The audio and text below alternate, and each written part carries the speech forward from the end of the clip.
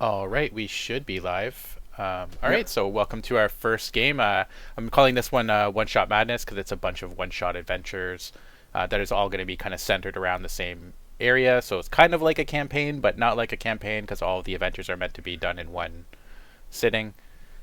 So yeah, and I can throw in any adventure I want, so that's kind of cool. I've never done it like this before, so I'm kind of excited to do it. We have a new player, Aspen Darksfire, Hello. and B Milzabub. So, Hello. all right. So I'll get you over to the first map, and all right. So it was set up that you're all a adventuring party. I'm not sure exactly how you want to have all met or whatever, but you go from place to place trying to make money and I guess fame probably. and you've just finished a contract and you're traveling towards Whitesparrow, which is a small town of about 500 people. It used to be on a trade route, but it's no longer on a trade route. So it's kind of an out of the way place. So you're hoping that you'll be able to find some work there because not a lot of adventures are going to be going in that area.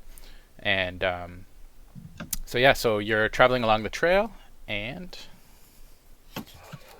um, you can, if you want, you can each like say a little bit about your character or what they look like, that kind of thing. You maybe just go in order. So just start with like Tharkram. Tharkarm Iron Fist is a hill dwarven circle of spores druid who is a sailor and he enjoys to avoid work as much as possible, but also making new friends over flagons of ales. Well, flagons of ale. So, and as a druid, he likes throwing out fire and ice spells because why not? Perfectly reasonable. All right, Bub. All right. My character's name is Bub because I can't name characters to save my life. I am a high elf fighter, and chances are my party isn't going to trust me to do much of the talking because I'm kind of arrogant, self-centered, and don't really think through what I'm about to say, which can get me in a little bit of trouble. So I expect to be getting the stink eye from my party occasionally when I start to try to open my mouth. But yeah, it should be a good time. All right, Aspen. So Aspen is a drow rogue, but she's more or less permanently disguised as a wood elf because she's currently hunted by an order of paladins who were attempting to wipe out her entire clan. She was orphaned as a baby, rescued by a former member of that paladin order who hid her for the first few years of his life until the order caught up with her, and then she was orphaned again and then essentially raised by the Thieves Guild. She's kind of brash and still very young for an elf. Well, by elf standards, she's literally a baby, but being raised by humans and with elves maturing at the same rate as humans. Looks about late teens and kind of acts like it. All right, and Peace. Hey friends, so Peace is in terms of appearance, Peace is a pretty typical looking tiefling. He has brick red colored skin, he has dark red colored hair. The one part of him that really stands out physically are his eyes, which are lemon yellow. And it's a really weird color combination, but I mean, hey, you can always blame his parents. Unfortunately, he doesn't really know who they are. So what happened with Peace was that Peace was abandoned in a village dedicated to the goddess Shatana, who's the goddess of life and agriculture. He was raised over there, and he decided when he got old enough to pick his own name, which for him happened at about 15, that he would rename himself to virtues that he held close to his heart. And he believes in peace and intolerance. He is currently a cleric, but he's also gaining experience as a paladin. His goal is to basically make the world a better place and to open up a new sect of the Church of Shatana that's dedicated to peace and tolerance across racial and species lines. Alrighty.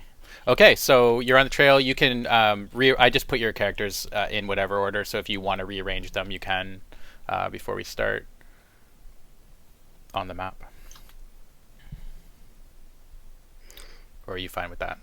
Where they are? I'm fine where I Fine. am. Yeah, that should be fine for Yeah. now. All right. Okay, so a light rain falls and a gloomy mist covers the landscape. A large tree has fallen across the road, crushing a wagon under its great weight. More fallen trees lie at the sides of the road. So as you kind of approach, you hear from one of the bushes on your left-hand side, "Your weapons and belongings, drop them to the ground, and in the name of the Nightblades, we'll spare your lives." And as you start like looking around, you can make perception checks as well to see if you can spot them in the trees. You hear like a twang, and a arrow flies past Aspen's shoulder and narrowly missing her. And you hear from in the beach, "Who shot that? Who shot that?" And you hear another person say, "Oh, I'm sorry, Dora. I didn't mean to do that." And then, "Tasty Pete, I told you to hold your fire." "I'm sorry, Dora. I know I'm trying to. I didn't know what I was doing." So you can make your perception checks. So Peace, you know nothing. I'm absolutely blind. I didn't even know that was an arrow until someone said it. Yeah. I'm so peaceful, I don't know what weapons are. It's also rolling twice for some reason for everybody.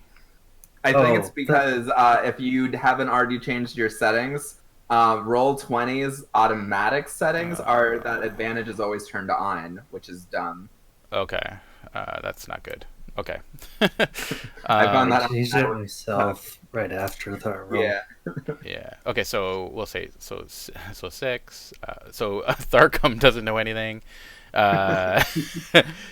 Aspen. So Bub and Aspen, you both see what looks to be bandits on either side of the road, hiding behind some trees. I'll highlight them, or I'll show you where they are.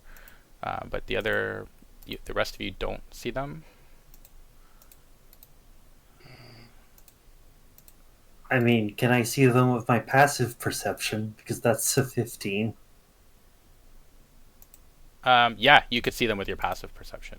My passive perception's a 12, but that let me at least know their general area, even if I Yeah. can't see them specifically. Cool. Yep, sure. Okay, so all of you kind of like have like a general sense of where they are. They're all hiding behind bushes and trees and stuff on your left and right. You should be able to see them on the map. So, all right. So I guess you'll have to roll initiative unless you want to talk or. I want to talk. All right. Who would have guessed? Peace yells out, "It sounds like y'all don't really want to fight. We can talk about this. There's no reason for this to come to blows." I shout into the woods in general as I spin around in a circle, not really able to tell where they're coming from. So you hear a woman shout out, "Your weapons and belongings, drop them to the ground." Oh, well, that's not very friendly of you. We're new here. Is this the welcome reception we should expect to get? You heard hasty. Can we just shoot them, Dora? Can we just shoot them? These rolls are killing me today.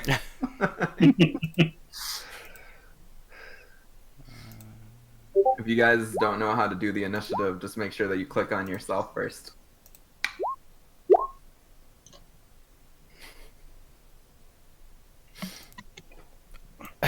I just like Tasty Pete. Was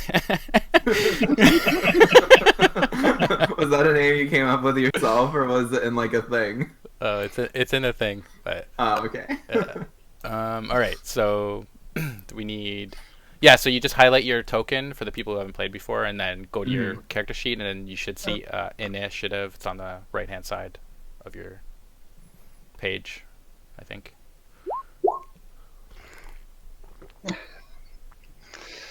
Ended up with a lower roll than originally, but it's okay. It's not that much lower, so that's good. Aye. So we just need You're also still Bub. first. So I'm not seeing initiative on the right hand side of my character sheet. It should be on the core page, and Yeah. then next to your Armor class. AC and speed. Ah, here we go. Yep. Initiative. Yeah. I usually roll worse in my other games, so. Alright. Did you click on your icon? Yeah, you have to click on your token first. Oh. Okay. Alright. Now roll. Once you click on it, roll. Just D20 or click initiative in my character sheet again. Click initiative again. That way it does your modifier as well. Okay. Oh, it got worse. Well, it's better than the bandits, right? It's better than mine, so That's hey, true. there's that. Alright, so Aspen, it's your turn.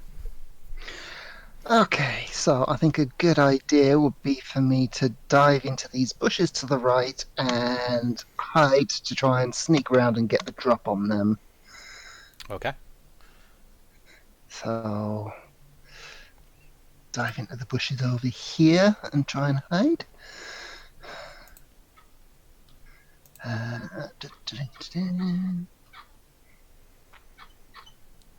need to find that on my Stealth check. stealth. There it is. Nice. Alright. I'm gonna have to fix that so it doesn't roll twice. That's annoying. Alright. And I will roll. It should be. I think that what it is something that we all can edit ourselves, and I think the system's just intuitively used to us, doing it, I guess. Okay, just you think that they don't see you, Aspen? So you're just gonna stay there then, and Tharkram, your turn. Roy, I'm going to cast Shillelagh. Alrighty. Shillelagh.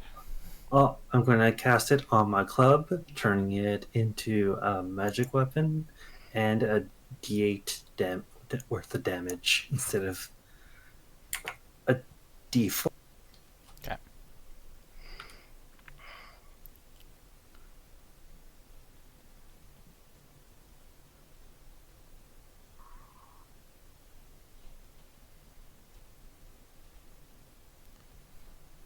And is that all you're going to do then? No, because I'm just doing that for my club, and then I mean, you don't want to waste your actions. You actually want to. Sorry. yeah, well, it's a bonus action spell. I know. I was just joking. And I'm going to. I can't wild shape because I can't do more than one bonus action, but I will just try throwing an ice knife in a general direction over here. Okay. So they have partial cover, so it's they have +2 or you're -2, whatever you want to.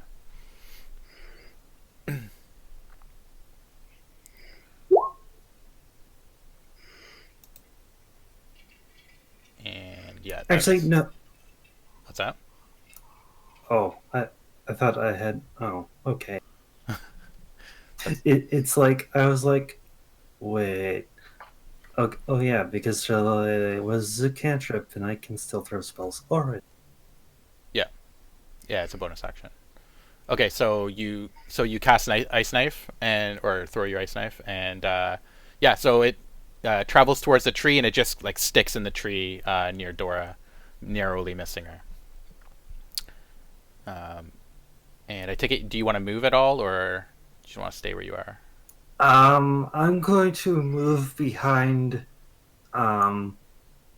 this person here and use them as cover. That's me. Chill. And Bub. You're such a good friend. all right.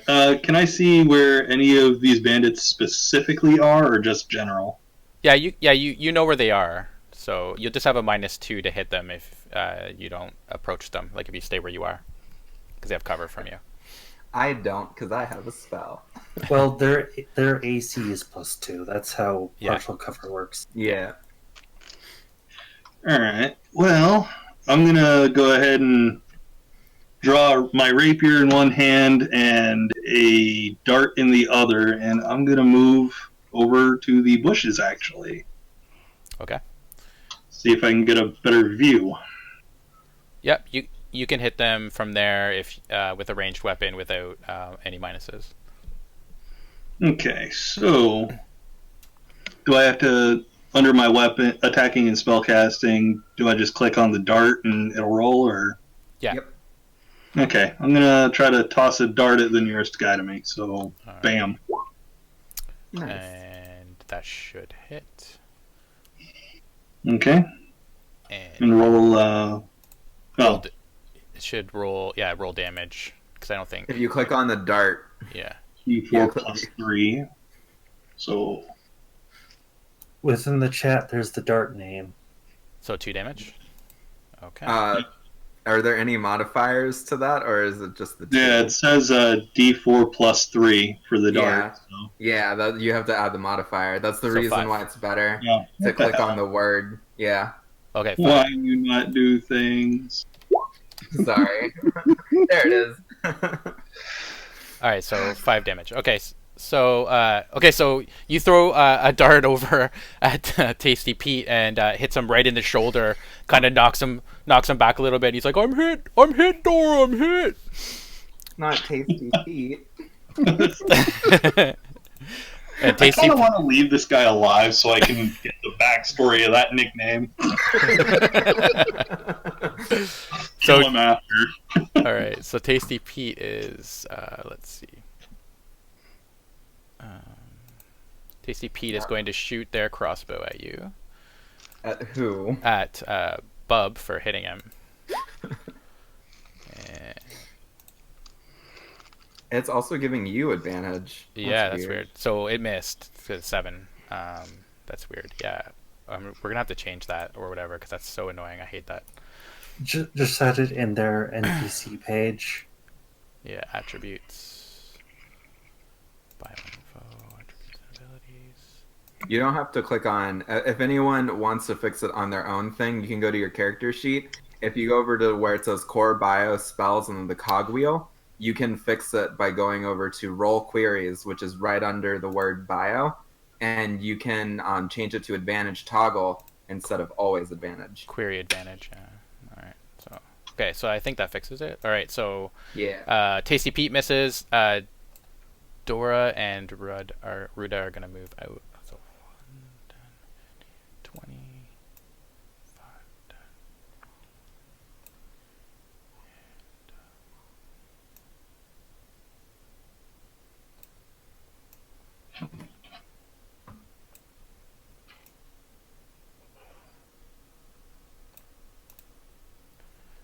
Okay, so Dora is going. So Dora and Ruda are going to shoot at you, Peace.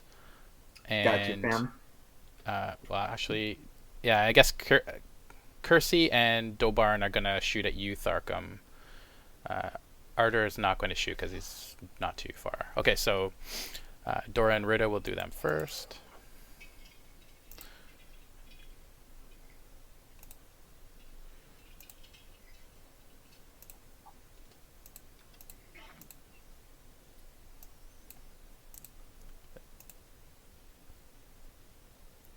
That 7 misses.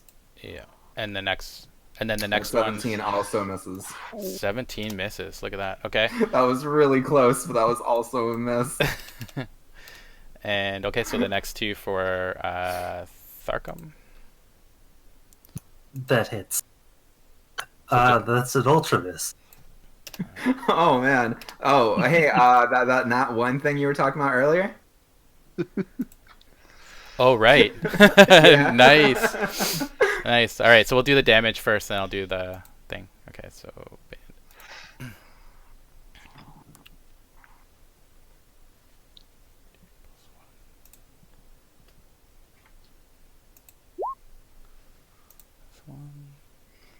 I think for that you could just click the light crossbow yeah, it did 9 damage. name in the. Yeah, it did 9 damage. Ouch. I just rolled the 8. So yeah, so the crossbow comes arcing over top of Peace and takes a nice chunk out of your arm. You see blood flying everywhere, and we'll take the deck. So critical fumble.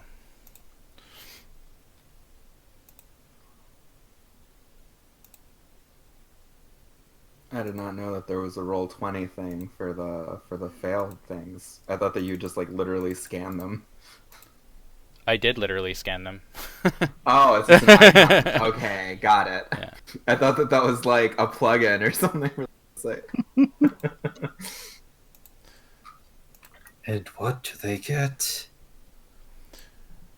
So it was a bow. So your stance is off. Make a DC 16 Wisdom saving throw. On a failed save, take a 1d6 penalty to your next range attack roll.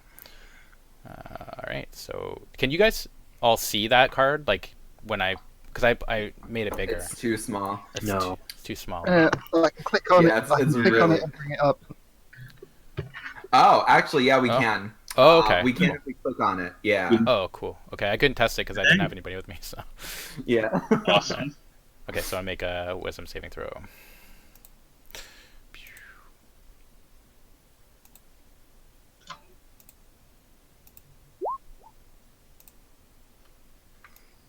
And fails, so they'll take a 1d6 penalty on their next go around. All right, so I Peace. assume you roll that too. Yeah, roll it. So the 1. Hey, that can make the difference between like a nat 20. Yeah, I mean, it could be. Yeah. But I rolled like max damage to hit Tharkum and then a 1 to avoid it, so rolls are pretty I good wish for it me. would have been reversed. Yeah, if I was a player, I'd be doing pretty good right now. All right, go. Peace. So Peace shouts out, he's like, hey, it seems like you guys are having a bad day. We could sit down and we could talk about this. There's no reason that anyone else got to get hurt. Tasty Pete over there is already kind of suffering. I feel kind of bad for the guy. He has a really cool nickname. You know, I want to sit down. I want to hear the story behind that. Is there really no way that we can like sit down and talk about this? You hear Dora say, like yellow to her troops and say, "Kill the chatty one." Oh man, Doris seems. I shout out in response to this. I don't know which one's Doris. I don't see too good, but like they sound like a real kind of slave driver. Are you sure you want to be working for someone who creates such a negative workspace environment? Christ. And also, I am gonna do something on my action because talking is a free action. I'm gonna aim not at Tasty Pete. I feel kind of bad for the guy. I'm gonna aim at this one right here. I don't know if that's Doris because all these bandits icons look the same. Racist. They're literally the same picture. Yeah. I'm gonna hit that one with a sacred flame. Or I'm gonna. I don't know how Sacred Flame works. I don't know if that was like my roll to hit, because if it was, it doesn't hit. No, because they have to roll a dex save. Yeah. Okay.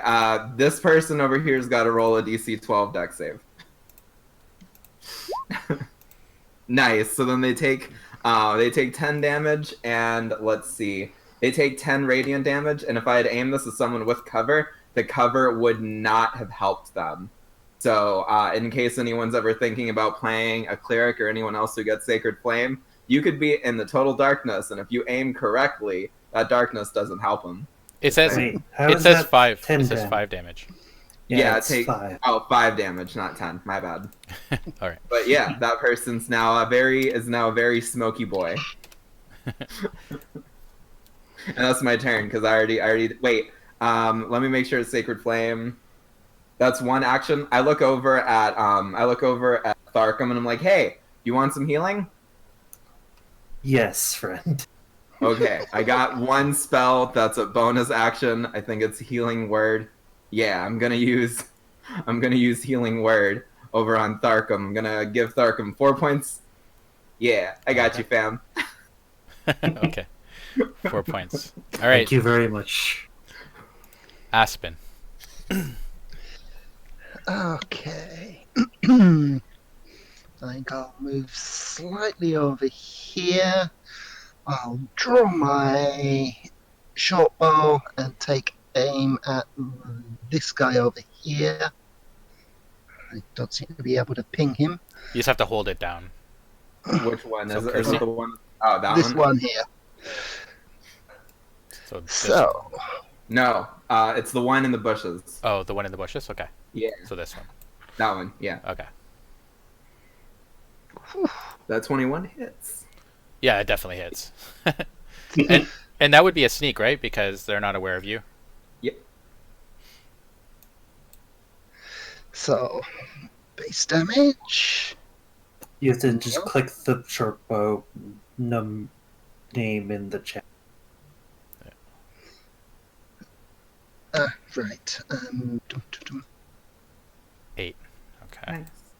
And then roll your extra sneaking damage. It's like 1d6, right? Yep.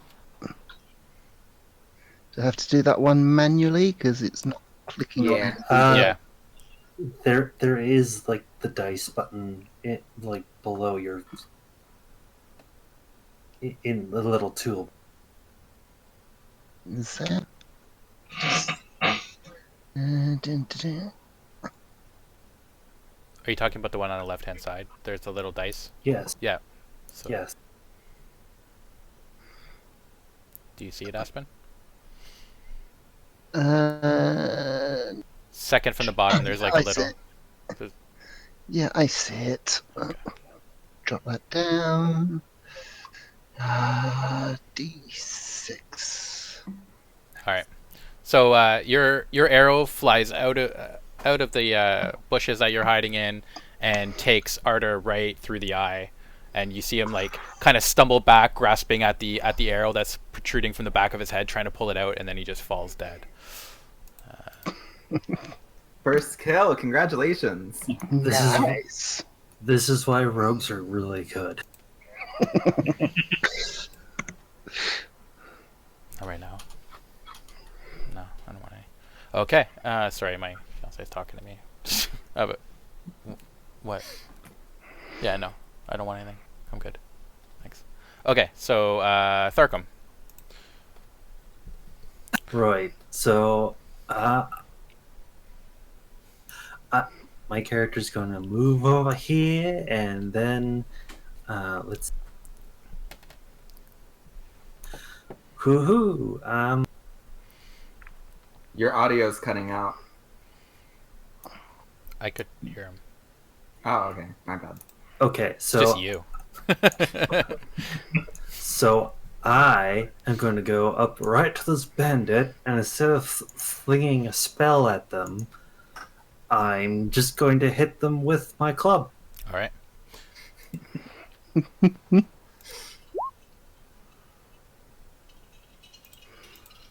And you hit him.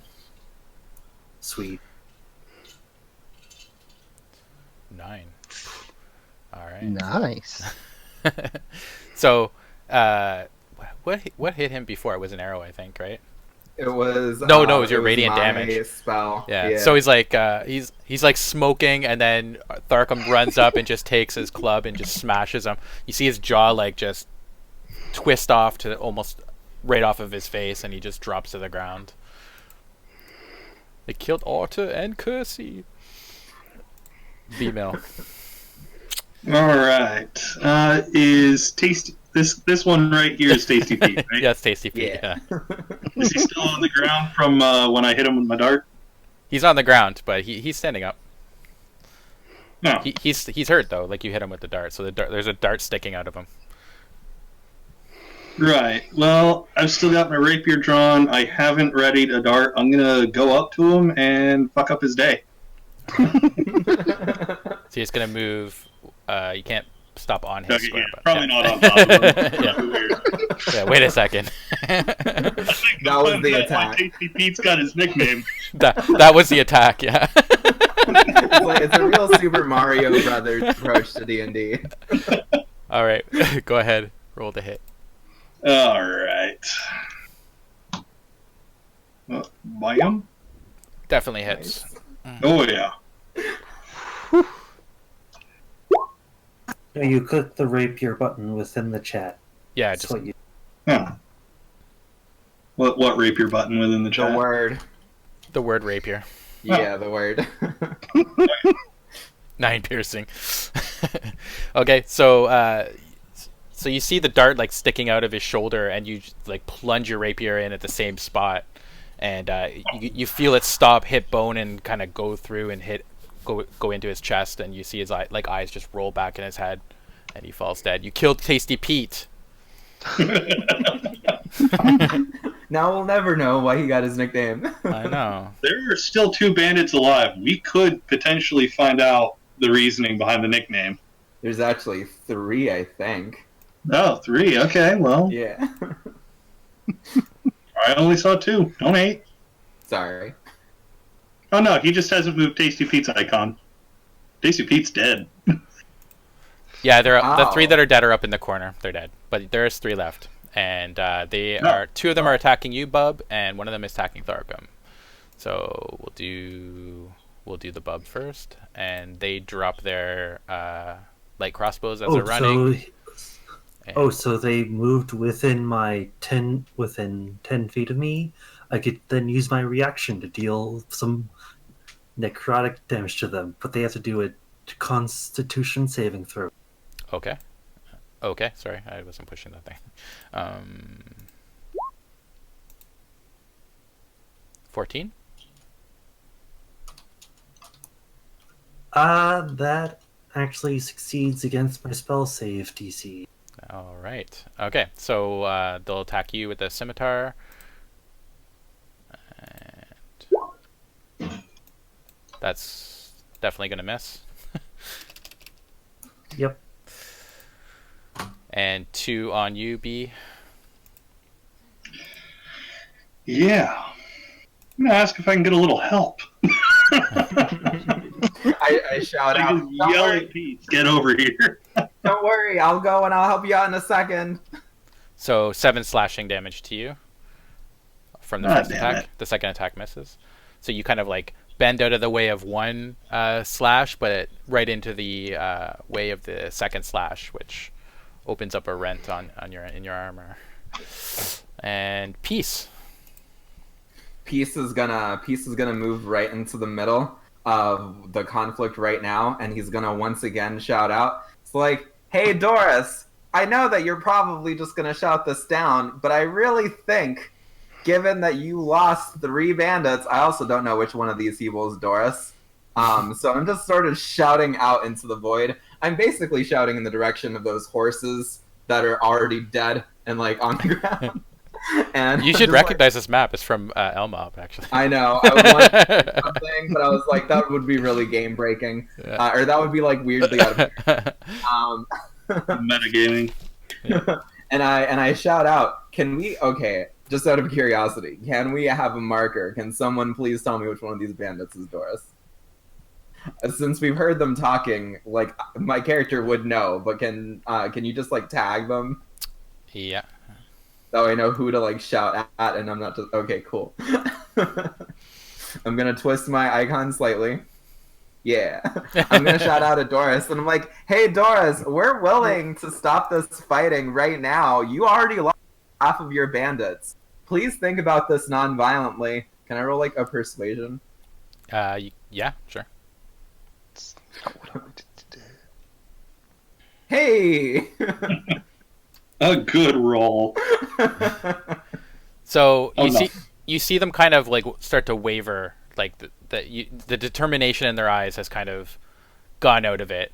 They're still willing to fight, but they're going to take they're going to take a -2 on any attacks. And, Yay! All right. So after I see Doris sort of start to waver, I'm going to say one more thing before I do my actions, and be like, "Hey, I see that you guys are wavering. Just know that I'm willing to try to talk to my friends, and that way we stop murdering you. Just let me know when you feel like stopping this, because I'm perfectly fine not fighting. But as long as you're trying to hurt me and my friends, I will fight back. Sorry." Okay. So your persuasion check counts as an action. So. Oh, okay. Well, yeah. I'll still use my healing word bonus action to help my good buddy over there, Bub, with some health. That's fine. All right. That's just so everyone knows. That's my other main spell. I still have stuff like Spare the Dying, but that doesn't bring you back up. Bub gets 5 points of healing back. Okay. So you're only down 2. All right. Yeah. I can do other healing, but it'll have to be after the fight's over. All right, Aspen. Okay. Aspen somersaults out. Essentially, I want to. I think that's in range. Sneak around to behind this guy. Okay, so this one won't be a sneak because they saw you kill one person and they kind of know the general direction of where you are. But you can still attack, of course. Okay. Switching to my daggers as I go. And since Alejandro's flanking, can that still get advantage? I mean, it doesn't need it. Okay. Definitely hits, yeah. 4 piercing.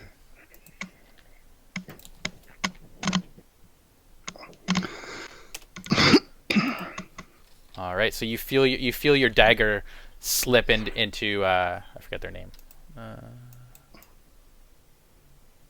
Into Dobarn's back, and he screams out in pain. Tharkum. Right. So first things first, I'm activating Weld Shape. Okay.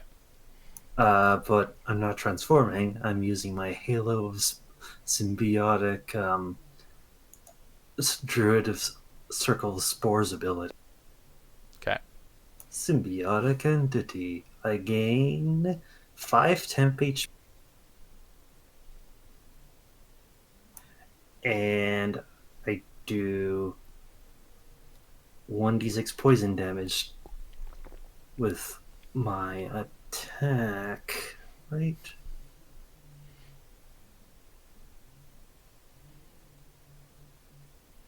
And then I'm going to attack the bandit in front of me. Okay.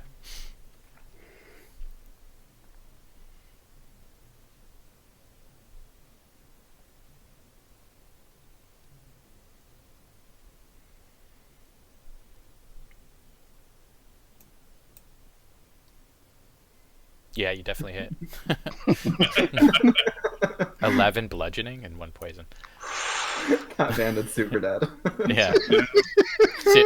So your club lashes out and just hits him right in the knee. All of you just hear this cracking noise, like somebody's breaking a branch in half, and he just kind of falls over on the one side, and he's like, "I'm still alive, and then the poison kicks in, and he dies. Oh, that's kind of gruesome. And then I just move 25 feet closer to that way. Okay. Bub. Yeah, I'm gonna turn my attention to this guy here on my right with my rapier. Okay. And I'm gonna hurt him. Okay. Yep, you hit him. 8 damage.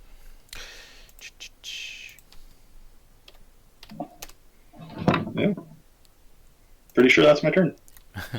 All right, so your rapier lashes out once again, and you feel it satisfyingly enter Ruda's body, and blood just comes gushing out as you pull the rapier out. Tasty Pete's turn, or the bandit's turn. All right, so you, Bub, you can take an attack of opportunity because Ruda's going to start running. Who's Ruda? Oh, Ruda is the one this facing one. Bub. Oh, This one. It's the one Actually, that's depending closest on to you. where, It's the one closest Yeah. to you, Tharkum. okay. depending So on how that person runs, they might actually face 2 attacks of opportunity. No, they're gonna run straight backwards. well, they start their turn there, which means they have to do their con saving throw. You have a 10-foot range on whatever that is. That Yep. reaction. Halo Spore has a 10-foot range. Alrighty. See.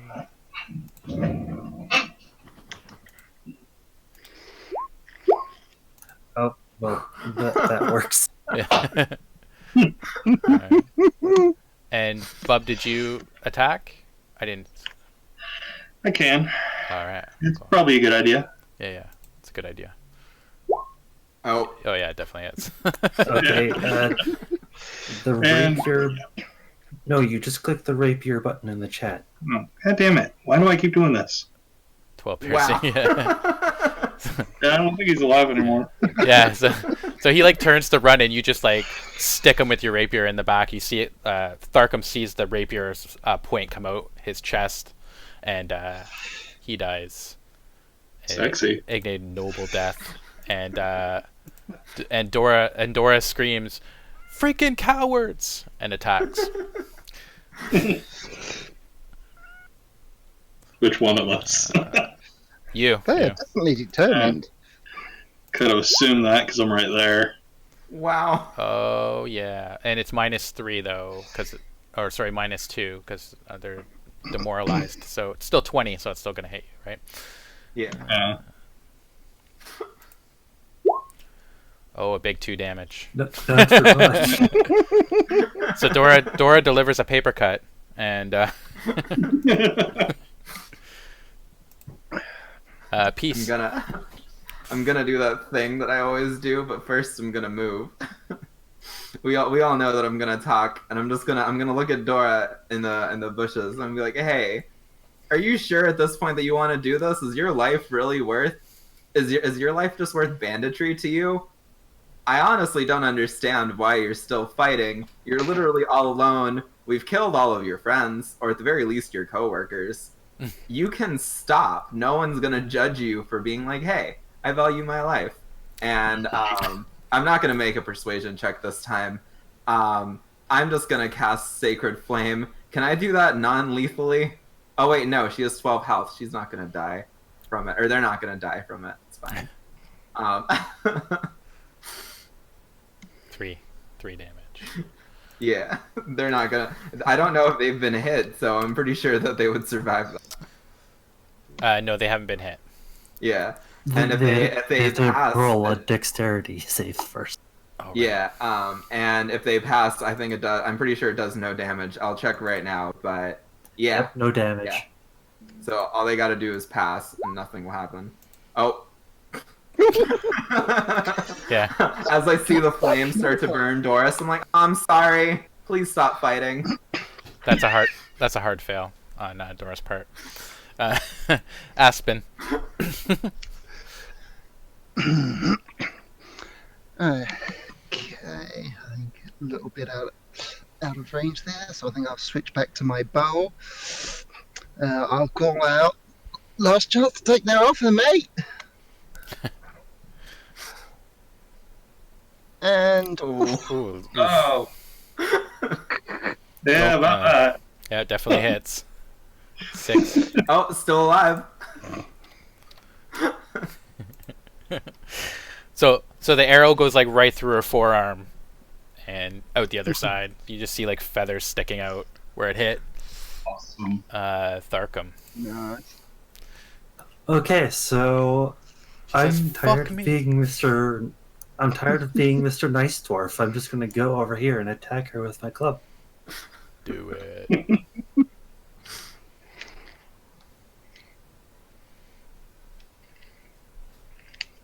Oh, Nope. a miss. So your club comes smashing down into the ground beside her, throwing up bits of leaves and dirt. B, can you can you finish her off? Hey, I can still do a Oh, thing. what are you gonna do? If I'm going to give a bee healing word. Okay. And I'm not that badly hurt, but thank you. You're welcome. I mean, I could have healed myself, but I want to share out the health. That's nice of you. It's very nice of you. Okay. Now my turn? Yes. Yep. I'm going to point the tip of my rapier straight at Doris's throat and say, "You can stop fighting now, or we can kill you. Your choice." You can use that as your action. So, like, you want a response, or you want to use your Yes, I want a intimidation response. check. Okay. So you can Yeah. roll a persuasion or intimidation if you want. Let's see. Where do I find intimidation? What about the In your possibility of skills. advantage since Dora or Doris is all alone? and It's just gonna be a dying? lower. It's gonna be a 10. So it's Oh, okay. Okay, so you said under attributes and abilities or Skills. skills? All right, It give should be me. right next to your wisdom. If you look to see where, if you look to your left and you see like the strength, dexterity, all that, it's right next to wisdom. Intimidation. Nice. okay. So, she like she drop. Well, it's her turn next anyway. So she drops her weapon and turns to run as well. So. Oh, come on. I will run with you, Tasty Pete. Well, alright, die. she has to roll a constitution Oh right, yeah, saving Constitution saving throw.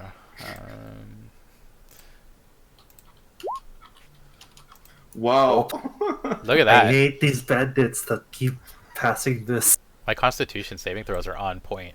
They but have you, incredible constitution. but B, you will get a attack of opportunity as well. So Oh, I will. yeah, I mean, technically that thing was like a start of their turn, and it was my reaction, so I can't attack opportunity. B can, though. yeah, B can. Okay. Well, Might be an idea to try for a trip.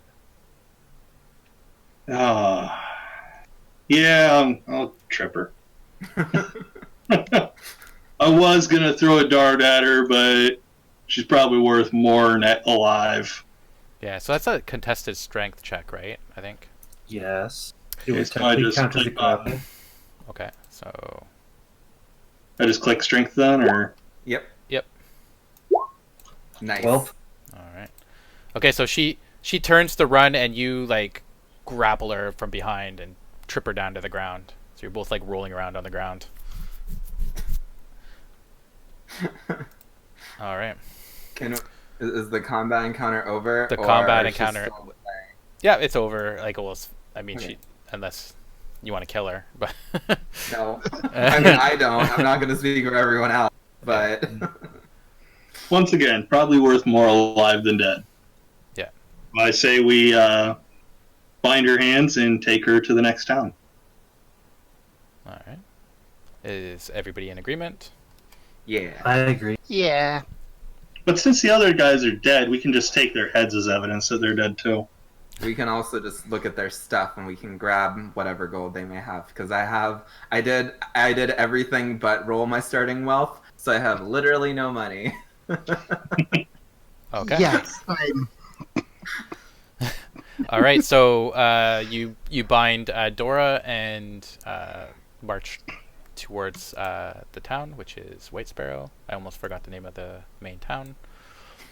And so it's a town of about 500 people. There's a large cyclopean palm that's sticking out of the ground in the middle of the town. There's the inn. All of you have kind of gone through this town on your way to other towns in the past, so you guys have a rough estimate of where the main things are, like the tavern and the outfitters and all that kind of stuff. So yeah, I don't know, where do you want to take Dora? Do you want to hunt down the sheriff of the town? Yeah, that sounds like a Probably good a good idea. idea. Okay. So as you enter the town, you start asking like villagers that are kind of going by you and giving you like sideways looks, like what the hell are you doing? Where the sheriff is, and they point you towards the inn, and they say, the last time we saw Ruth was at the inn. She's usually there drinking or talking to people. While we're doing this, can I ask Bandit Lady what her deal is? Well, what do you want to say to her? I'm like, hey, it really seemed like your bandits didn't want to be banditing. Didn't want to be banditing. What was going on there? It seemed like you were really struggling to keep them together. Frankly, most people find me annoying, so the fact that like they were demoralized just by me constantly talking, one, I mean, that's kind of normal, but it's also like a bad sign. Do you want to share what was going on over there, or are you just not going to talk to me? So she says, the night lord take you. And that's all she says, and she just kind of like clamps her mouth shut and looks at you. But you can tell she's very afraid of your entire group. If I roll a religion check and I do good, would the Night Lord mean anything to me? Yeah. It probably not. If you do history, sorry. History. History. Oh, dang! I have a +0 to history, but I have a +2 to religion. Hey! Oh, look at that. Ooh, nice. I'm a nerd. So you know that like a little over 10 years ago, there was a bandit gang in this area that was named the Nightblades, and unfortunate things happened to them. The town ended up rising up against the bandits and burning them to death inside of a barn. So that's what you know with your history check. That was a good roll. Thank you. I look over at her and I'm just like, if it helps, I'll see if I can get you a job that's not being executed. Okay, so you continue marching towards the Ever Shady Tavern, and so I'll read you what it says. It says, underneath the great palm rests the building and outdoor eatery that is the Ever Shady Tavern. A half-circle bar has been built around the wrist of the upthrust hand, and numerous tables rest beneath the shade of the palm. Ropes and nets filled with foodstuffs hang from the hand's splayed fingers. A stable with 12 stalls, presently holding 4 well-worked draft horses and a beautiful white stallion. So I'm assuming you're going to enter the tavern. Yes. All right. Yep. So all right. So it's fairly busy. There's like smoke in the air, and you can smell tobacco and lots of spilled drinks. And over in the corner, you see a lone woman. She's middle-aged. She's got a little bit of gray going through her dark hair. She looks very fit, and she has a very watchful gaze. Seems to be watching the entire room, and nothing kind of misses. She doesn't really seem to miss anything, and her eyes immediately target you and your captive.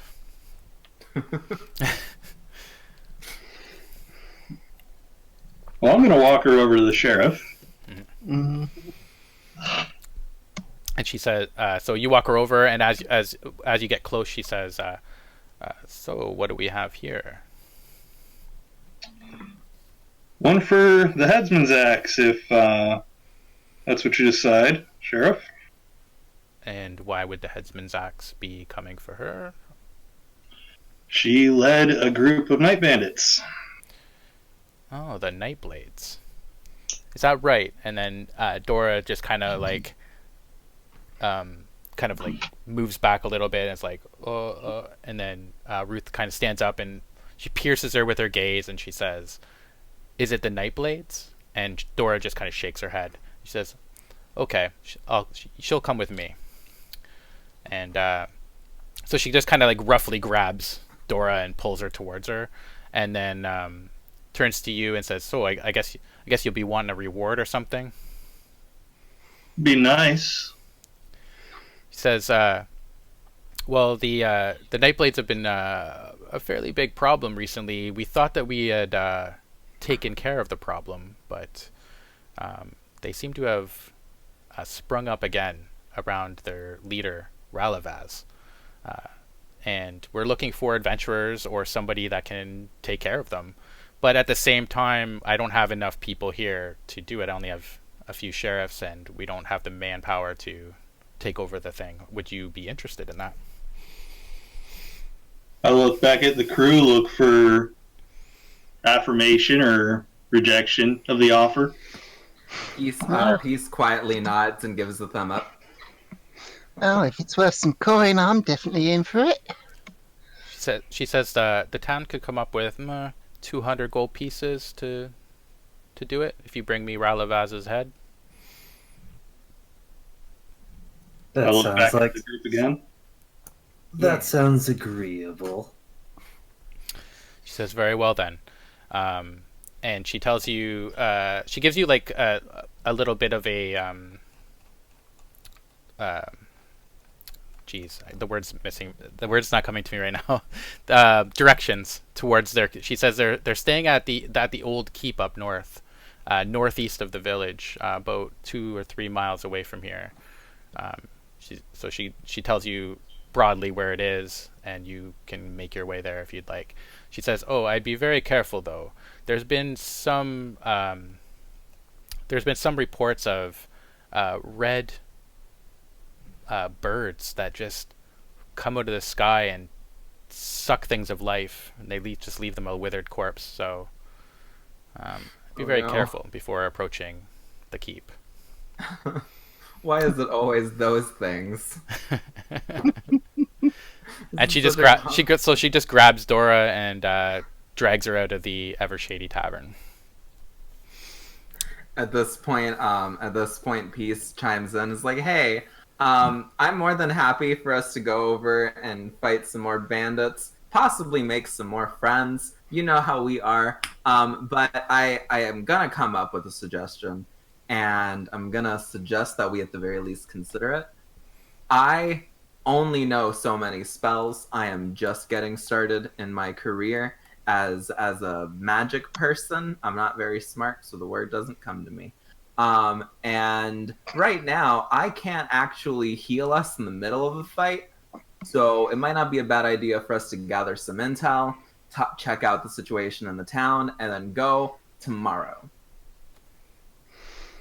I am agreeable to this because I'm in the same boat as you. Yeah, you all look a bit bloody, so I suppose you can take the opportunity to freshen up too.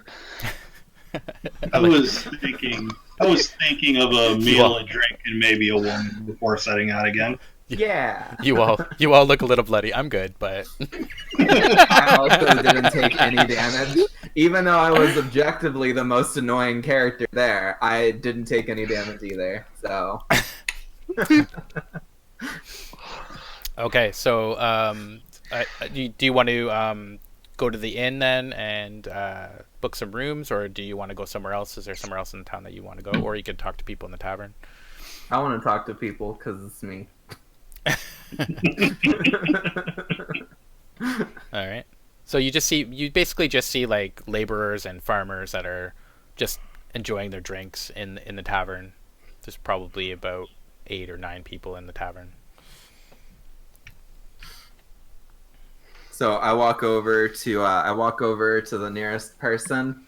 I greet them. I tell them that my name is Peace, and that even though I look funny, I'm just a person from a nearby community. And I'm just like, so me and my friends are gonna go after some nearby bandits.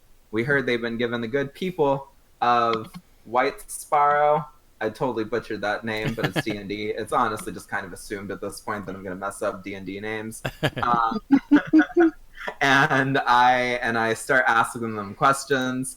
If I want to gather just basic intel on Razhan's or whatever his name is, what check would I be rolling? Would that also be like a history check? So like you're just talking. So you're just like trying to remember who Ralavaz is? No, I'm trying to pick up lore from like the people to help us get the sense of who we're going after. So just like pick up rumors and stuff. Okay, you can roll persuasion or a charisma, whatever one. Yeah. All right. Yeah. So you walk up to like an old farmer, and he's like half in his cups, and you start talking to him, and he like points at the chair and says, "Pull up a seat." I sit down next to him and I'm ready to pick up his elderly wisdom. All right. So what do you want to ask him?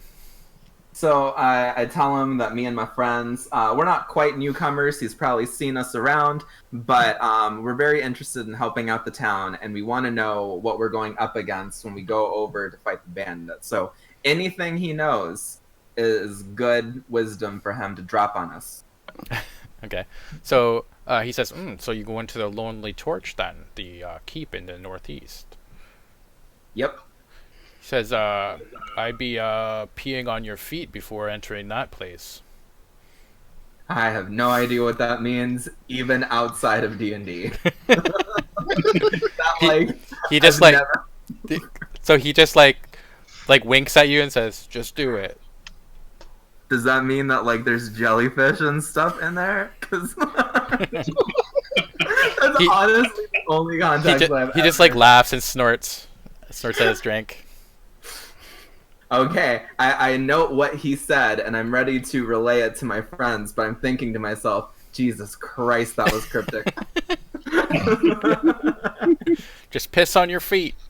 I'm telling you. I don't know if he means that we're going to be set on fire. Context clues, okay, speaking out of character, context clues let me know that that's probably what that means, but, like, I've never heard that before.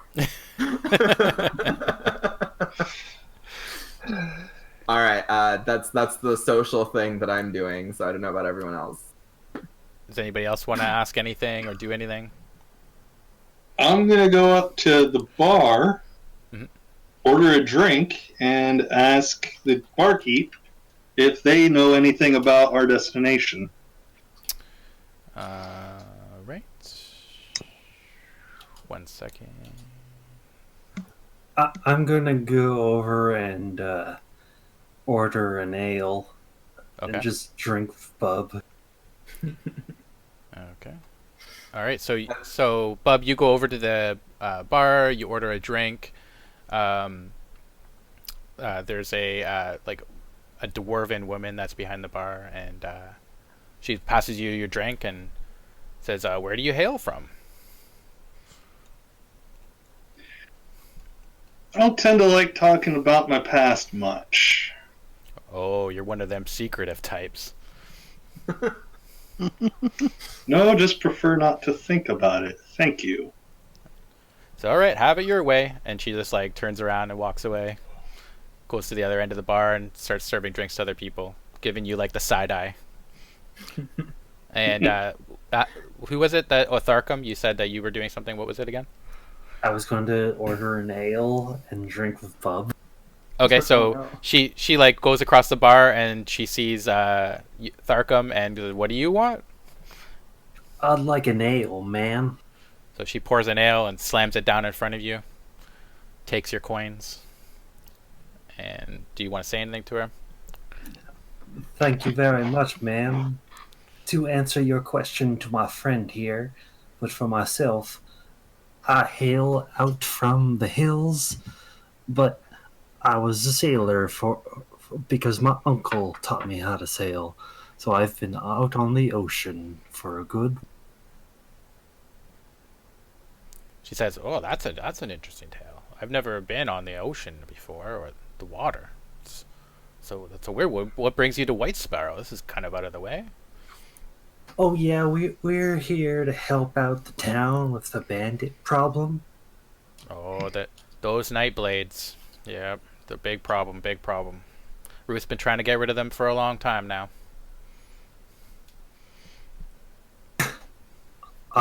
Bandits are no trouble for us. We already dealt with a party of them when coming over, and they're no better than pirates, to tell you. He says, "Well, there's word tell that there's a lot of them up there at the keep. I don't know if a small party of bandits is what you'd be chewing on. That's gonna be a whole lot more." Oh, it's going to be a good tussle. I'd say. A tussle it will be. Is there anything else I can help you with? I have customers after all.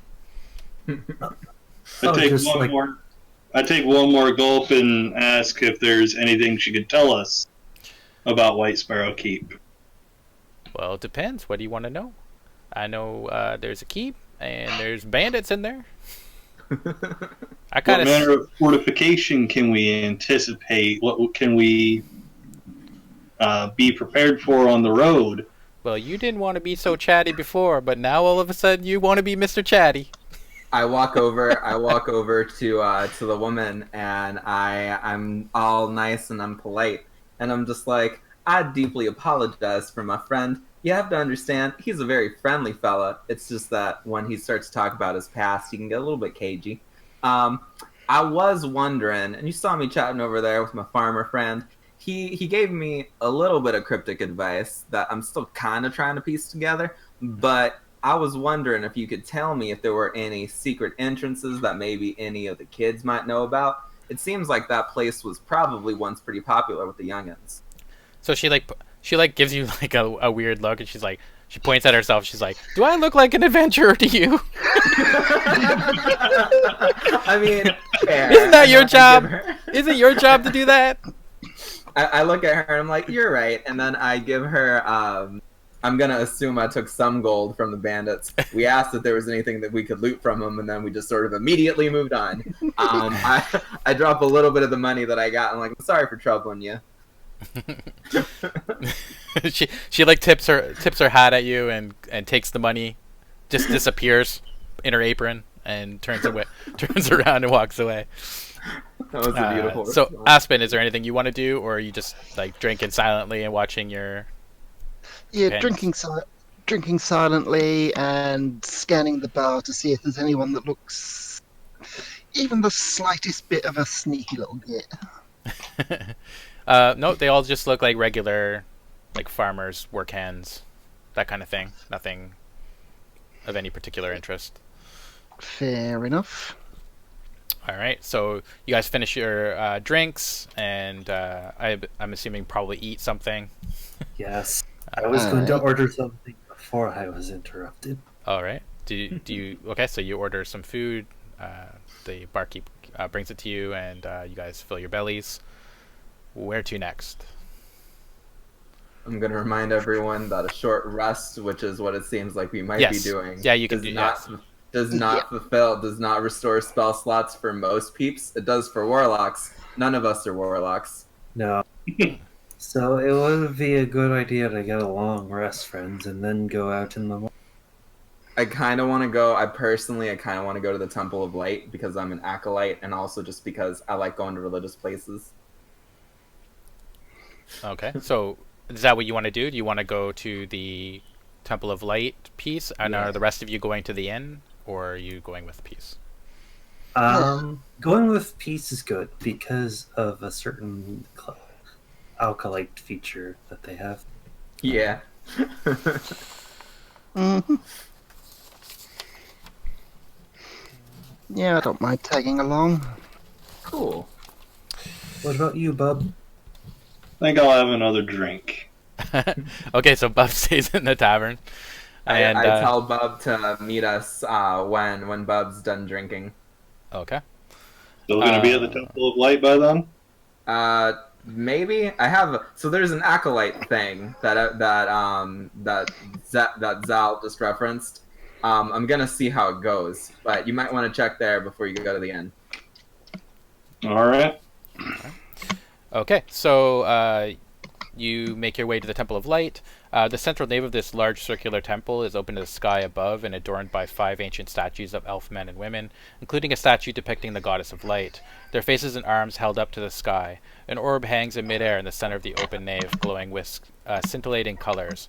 Rings of stone pews face a central fountain beneath the orb, which bubbles with warm water. A small circular house sits nearby, artfully decorated with symbols of the sun. Also, like in the middle of the temple, you see what looks like a coffin that's just sitting there for no apparent reason in the middle of the Temple of Light.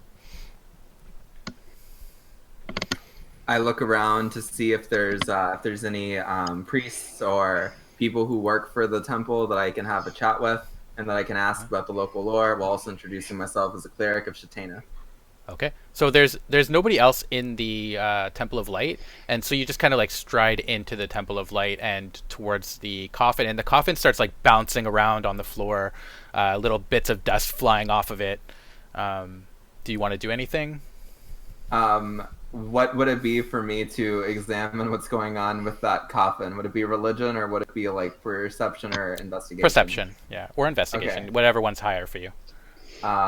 Perception or investigation? Yeah, it's definitely a perception check. I want to do a stone cunning check on that coffin because I did not do good on that check. Okay. Stone cutting. Yep. Okay, so it's made of wood.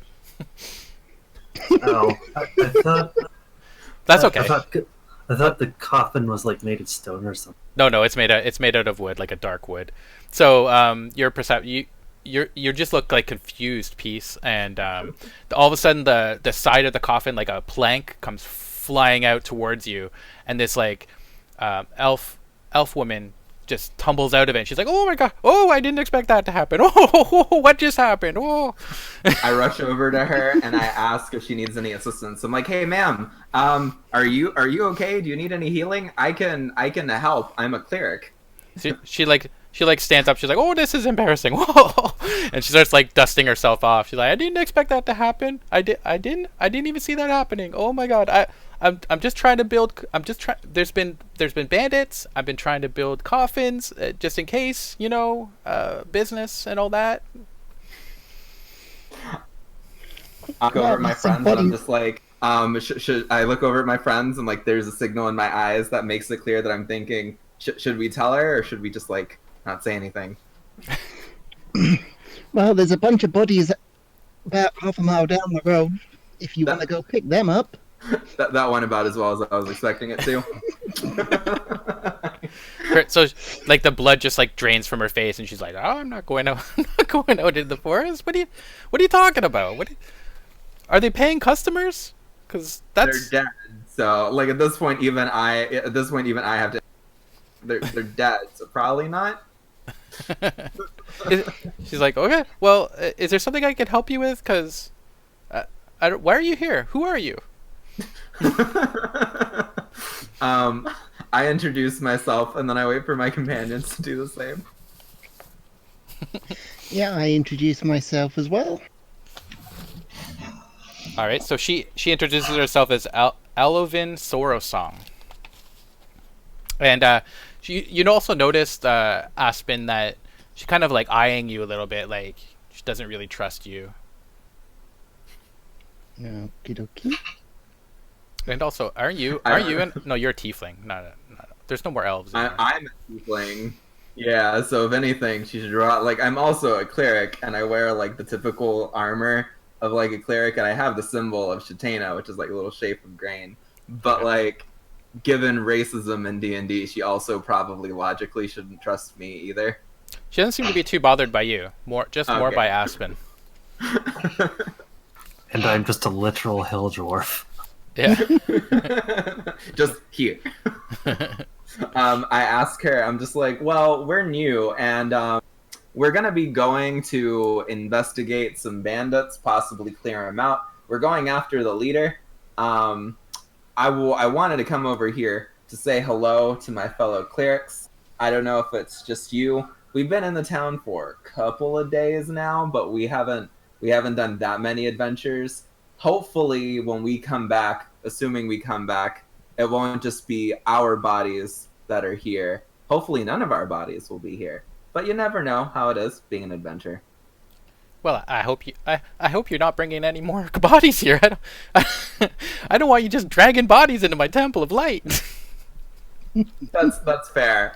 Sorry, I misspoke. I mean, at this point, I start to talk about just like the realities of adventuring, and then she probably has a horrified look on her face. Yeah. So you give her the talk, because that's what. Yeah, I give her the adventuring talk, is what it is. The birds and the bees of adventuring. And also, I'm just like, so if there's any things that you need done, if there's any advice you could give us about Whitesparrow Keep, I would be thrilled to hear it. Maybe note it down. I don't know if you would know if there's anything like undead in there, but you know how those keeps are. You know how bandits are. So, so she says, "Well, if one of your crew wants to put down a deposit on one of these here coffins that I seem to be so good at making, for a mere 10 gold pieces, one could be yours." My eyes go a little bit wide at her opportunism, and I quietly myself capitalism. Peace is a communist. I mean, like, communism is a lot more utopian. So. She's like, "Well, then fine then if you don't want it." I'm sorry. I don't want it. So she like starts to like walk away, and then she like trips over the board from the funeral thing and almost falls over, and then she just kind of like stands up and like gives you like a weird smile, awkward smile, and just like okay, and starts walking away. All right. I look over at my friends and I'm just like, I guess we've done all we could do here. I'm sorry this was kind of a disappointment, guys. I thought there would have been more priests here. I mean, same. I was kind of hoping for it. I guess that's that. If everyone else is ready to go over to the inn. Before we go, what's the deal with the big hand sticking out by the tavern? Oh, that's the Cyclopean palm. Yeah, it's well, if you can do a history check if you want and see if you know anything about it. Okay, well, I'll do one, and I get a +4 on that. Okay. Hit me. It's stone, right? Yeah, hit me.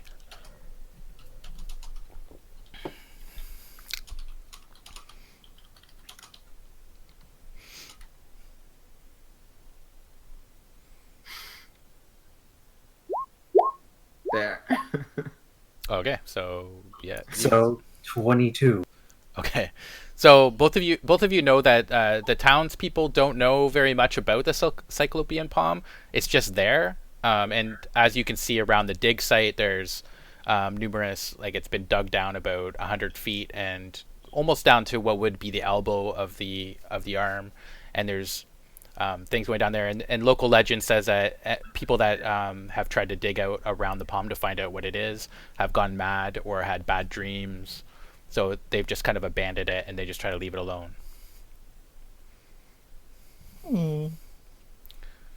What would happen if someone did an Arcana check or a religion check right now? They get any juicy pieces of lore? Oh, it's also you also know that it's impervious. It's like people have tried to damage it. They've been unable to even take a chip out of it. Huh. That's neat. Peace looks at it and like he thinks to himself, it's like, that's probably gonna be a thing later on, isn't it? just sort of very, very out of character for Peace, the normally kind of dumb guy who just likes talking to people, just like notices. So do you want to go back to the inn then? Yeah. Yeah, sounds good. All right. Okay, so Bub, do you want to join them, or do you just want to keep drinking in the tavern?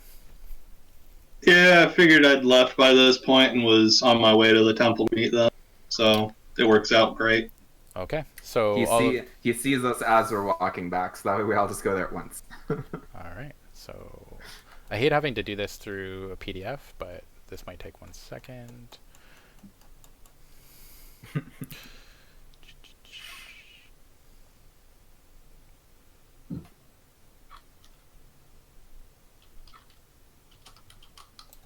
Okay, so this large 2-story building seems to sit slightly askew, supported at its corners by heavy beams that keep it from collapsing completely.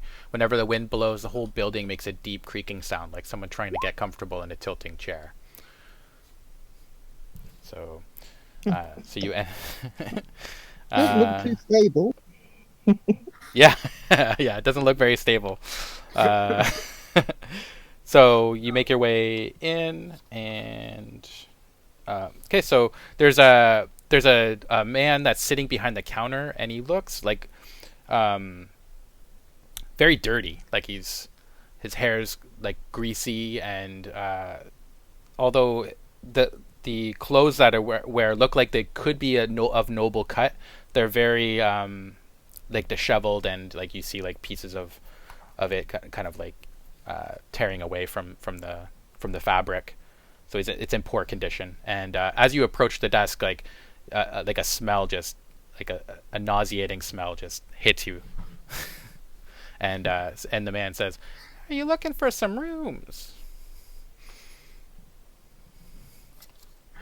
I go over to the man and I introduce myself.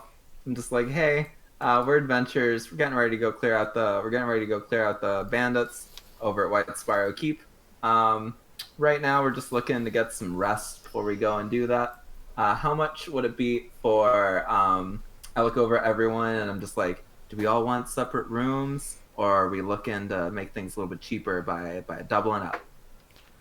So he like reaches underneath the counter and then pulls out what looks like a goblin hand, like a dried goblin hand. He says, "Do you like my goblin hand? It's my lucky goblin hand. Do you want to buy it?" "Do you like my decoration?"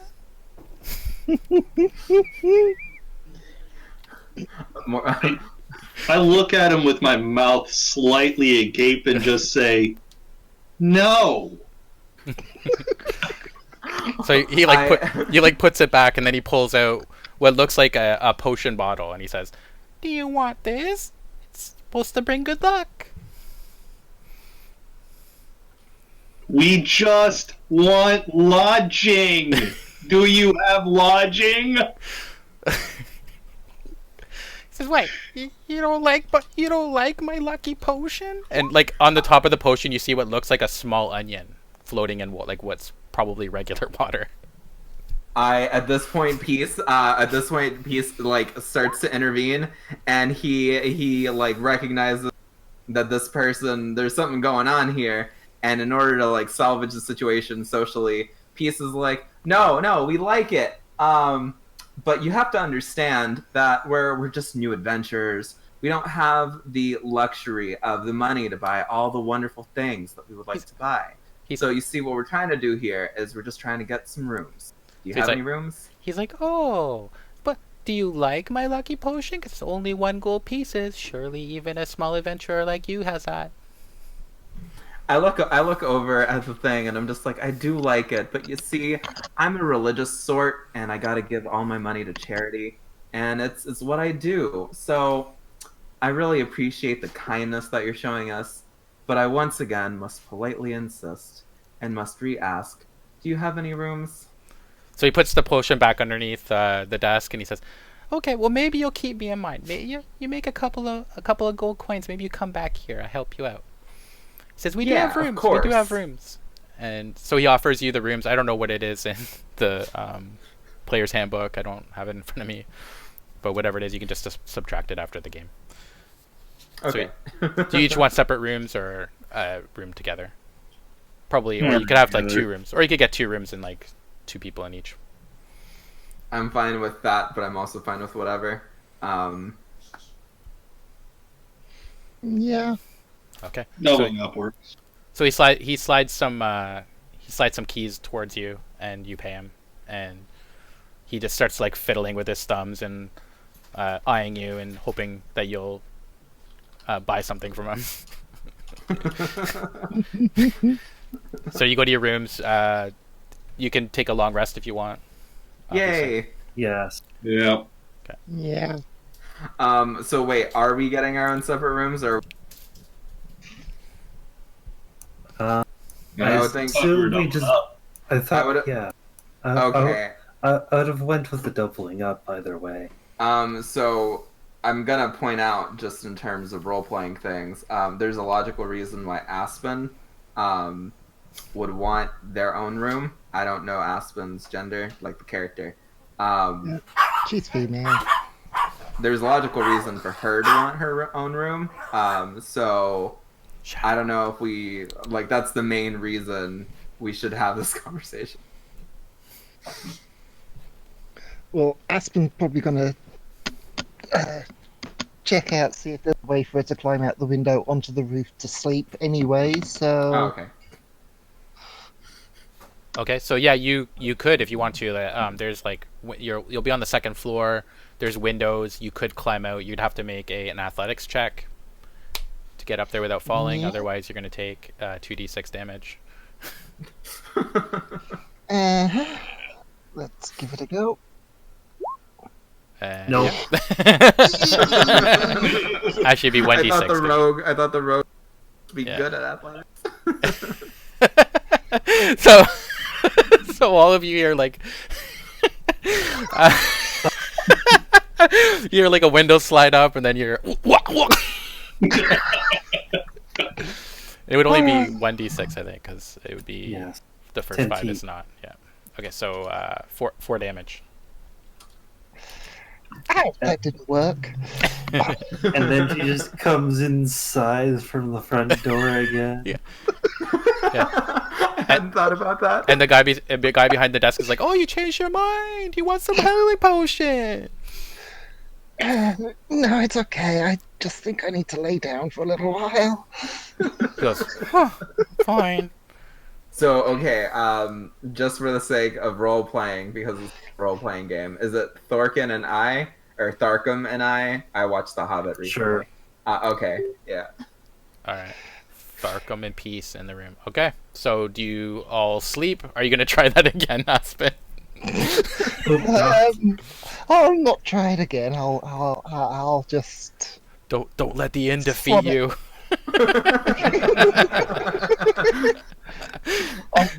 I'll begrudgingly curl up on the bed. That would be funny if you just kept doing it like all night. It's so loud it interrupts all of our other long rests. All right. So Never you actually gets along with. so you all get your spells back and all your to say all your hit points. And We wake up to the sound of chickens and bandits. It's great. all right. So are you going to do anything else in the town, or do you want to make your way to Thorn Keep?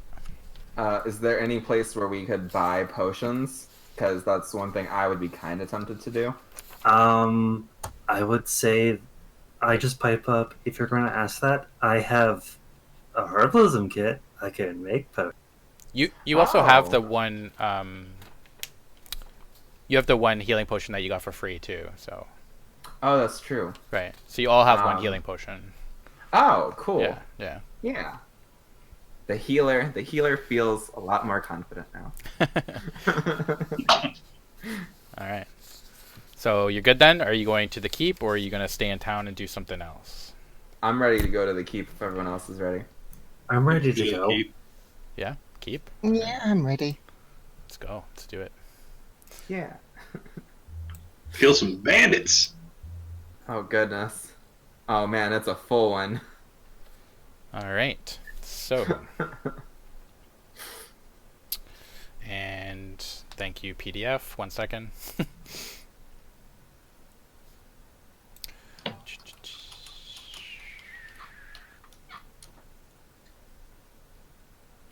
Okay, so as you approach the keep, it's a narrow path leads up a rocky slope to the broken stone walls of the Lonely Torch watchtower. A 2-foot thick carpet of glistening green and violet weeds and thorny brambles surround the stony hill on which the tower sits. Statues of forgotten nobility peer out from the tangled vines. So, you're about to run into the weeds, and you're looking at the keep. What do you want to do? So as we start to get closer and closer, Peace decides to see if there's anything if there's anything that looks awry. And I know I've done really bad perception checks so far, but I'm just gonna keep on trying. Nope. Yeah, I'm gonna do the same. Oh, Yes, natural 20. nice. You can see into space. So are you all like walking towards? You're walking towards the keep still, and making your perception like as you go. Is that what's happening, or are you standing still and looking? That's what I was doing, which might Yeah. explain why I was doing it so badly. So all of you are doing that, or no? Yeah, I'm doing that. Can't hurt. I can do. Almost definitely gonna Nice. Well, better than peace. Yeah, Okay. as long as you don't get like a natural, you'll do better than I did. Okay, so all of you can make a Constitution saving throw. DC 13. Oh goodness. Constitution. Oh no. Nope. Oof, all of you failed. Oh man, there's gonna be some like ridges or something coming at us right now. So you all take 7 damage. So as you're walking, you start to feel like burning going through your boots or your shoes or whatever you're wearing on your feet, and like your feet just start itching like terribly, and you like are almost wanting to just like tear your shoes off and do it, and the poison's just seeping through into your foot. Does anybody have a medical background? I have I actually have proficiency with I have medicine that I can do as a skill, if that's what you're asking. That is what I'm asking. Yep. Yeah, I've got a +1 to medicine as well.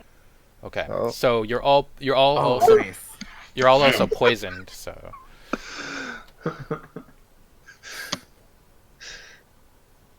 Well, Aspen just got another natural. Natural 20. Also, we never told us what we perceived. Yeah. So what you perceive is like up by the keep. Up by the keep, you see like a door, and it looks like a stone gargoyle head that's attached beside the door, but you haven't reached it yet. And also you all kind of like feel as if there's something watching you, and then as you're like walking and like starting to itch and stuff, you see like something going through the tangle weeds, kind of pulling itself along. Looks like a large bush that's just like pulling itself along, but it doesn't seem to be paying much attention to you.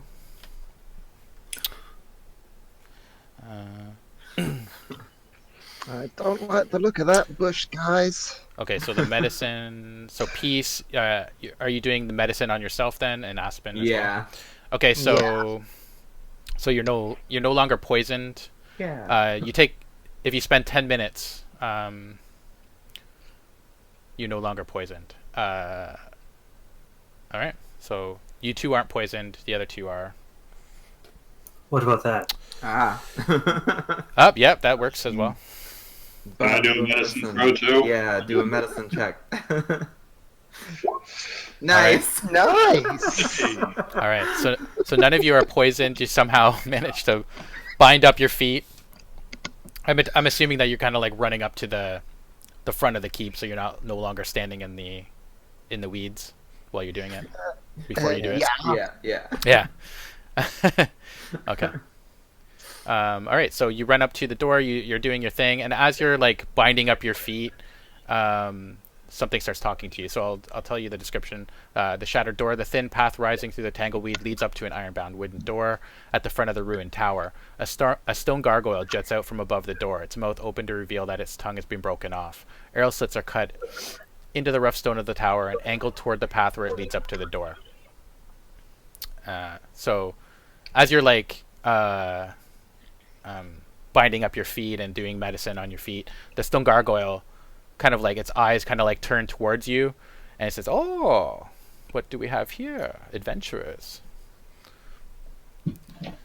I look over at the gargoyle. I'm like, "Hey, how are you?" It says, "I'm doing fine. I'm doing fine. How about you, sir?" Well, we just got poisoned. Yes. I hate to make this assumption about you, but you probably know what's going on, and I know you're probably gonna attack us. These sorts of things don't really go well for us. Do Just you mind attack you, telling dear us? sir. Dear sir, let me tell you something. Next time you go through those tangleweeds, you pee on your feet, sir. That's what you do. English is or common is my second language, and that actually is true. My character speaks 4 languages, and common was the last one he learned. Says, look, if you go through these doors, let me warn you. There's bandits behind this door, and if you're not quiet, they're gonna hear you. Oh, well, that's not good for me. I'm naturally loud. Yeah. And he looks over at Tharkum and says, "Hey, stop that itching. Stop itching so much. You'd think somebody that's a druid or some sort would know what tangleweed is and know how to pee on their feet. Well, I just do so. There. I look over I just, at the. I just pee on my feet to spite the garg, because why not? That's something that Tharkum would do. I look over at the gargoyle and I'm like, while we're in there, is there anything you would like us to get you? Like you're asking the gargoyle? Yeah, I'm asking the gargoyle because he offered nice advice. I didn't know the farmer was being literal, guys. Sorry. He says no. He says no. Why don't you just stay here? We'll have a nice conversation. You just got to keep your voice down to a whisper. That's all. Oh, sorry. You never know. Osgood and Polk, the lads inside there, they're looking for you. You never know. You never know. He says there was a time when I could remove myself from this wall. It was one of those times I could have done that, but now I can't. The magic is getting weaker, but I can still talk. I look over at the gargoyle and I quietly whisper, I'm a spellcaster. Is there anything I can do to help? Would you like to move again? Because I don't think so. Not unless you're a very powerful wizard, but I don't think you are. Or you would have known how to pee on your feet before going through tangleweed. That's a very correct assumption. I'm very new at this. I look to the gargoyle and I whisper, asking how it is they know to look for us at all. He says, well, they're gods, but they're not very good gods. They're lazy. Some of them are probably drunk, but I can't see back there. I can only see you. Sounds about typical of gods. So they're not looking for us specifically. Right. Not specifically, sir. Just they could be looking out those arrow slits, and one of these moments, maybe an arrow comes flying out and impales you. I mean, it wouldn't be a good sight. I wouldn't like it, but it might happen to you. If I walk out onto the path, if I go over here, will I be in the poison thing again? Yes, you would be. Dang it. I don't want to be right here if there's arrow slits in the door. However, you could pee on your feet, good sir, if that's where you want to go. If I pee on my feet, would that grant me immunity to the poison? Yes, it would. Yes, it would. I turn away from the lady in our party, do that, and then I step out here. All right. So you whip it out, you hear a peeing sound. And To be fair, I'm not the first person. Tharkum also did it. Oh, Tharkum also. So on your I side. already said so. Oh, perfect. All right. Well, then you both hear, two of you hear peeing sounds and splashing sounds, and then you both are standing on either side of the door. I'm a cleric. I'm not classy. So, Gargoyle, what are you planning on doing, good adventurers? What are you doing here? We're here to deal with this. Yes, we're here to deal with these bandits. Deal with these bandits, are you? How are you planning to get in? Are you just going to charge through the front door? Probably not, if we're being completely honest, I whisper. I see some windows up there on the, second floor? Says, yeah, you could try climbing the wall to the second floor. That could work. Otherwise, I'm afraid to tell you this is the only entrance in. There's no secret entrances. This is not it's not a Bard's Tale. At this point, I whisper. I'm just like, what if we just go around? There is no around. There's Tangleweed. There's Strangleberry out there, who might strangleberry you if you go out there, but that's about all there is out there. Why does this region have so many ridiculous plants? Strangleberry is not a bad sword. Once you get to know him, he's pretty good. I would be the sort of person to talk to the plant, so maybe I'm the right kind of crazy for this adventure. I don't know if you'd want to go talking to him. Sometimes he has a bit of a temper. You never know. That's fair.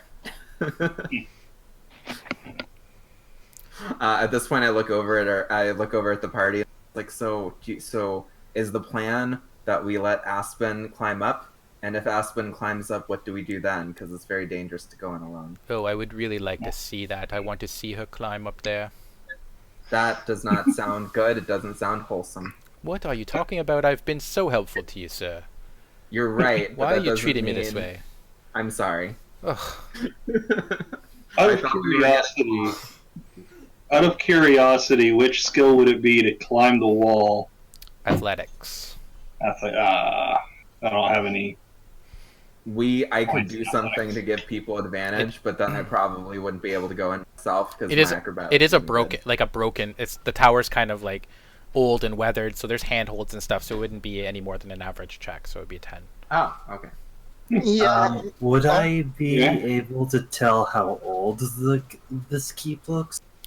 Yeah, with your stone cunning, sure. Yeah, it's you would guess that it's more than it's a couple 100 years old. It's been here quite a while. The wick brings up a good point for those of us for GC and I. The last time we tried climbing, it didn't really go that great. So Aspen, are you going to try to climb the tower or? Yep, I am. All right. I'm gonna try to climb as well. So Can what I are you gonna say? can I do something to give my friends advantage before I also try to climb up the tower? Can I help action them? No, there's nothing really you can do. I mean, yeah, you could like boost them up if you want. Yeah. So they. Yeah. So say I don't know. We'll say that gives one of them a +2, whatever one has. Whatever one you want to boost. Does anyone have a +1 to acrobatics, and does either one of you not have a plus to acrobatics? Well, I've got +5 to acrobatics, but Oh. it's athletics. Oh, whichever one it is. I've got +3 to athletics to acrobatics. I've got no bonuses in athletics. Well, I have a 0 in either, so this one I look over at Tharkum and I'm just like, are you gonna need some help? Not because you're short, but because this is like a specific skill. I'm a dwarf. Why would I climb up? Why Are would you I gonna climb enter- this tower? Are you gonna enter through the front door because it was established by our strange gargoyle friend that that's not a good idea? Well, that would be Well, entertaining as well. That would be very entertaining. Yes, but entertaining for you might mean something bad for us. No offense, but you know what I mean. If you go in through the front door, could you shout out what's happening inside while you're fighting? I'd really like that. I'll do that for you, just I won't for be you. able to see it, but I'd really like to know what's going on in there. The clashing of swords, though, it's not my thing. Would you like for me to give you a play-by-play if we not die? I very much would love that. That would be I got you, fam. completely wonderful. Yeah. I really feel like I should get like an inspiration or something for like all this roleplay. Actually, yeah, that's a good idea. Yeah, you can have an inspiration. Ah, yay! Thank You have been doing a lot of talking. I was joking, but I'll take it. It's actually good. It's a good one. Okay.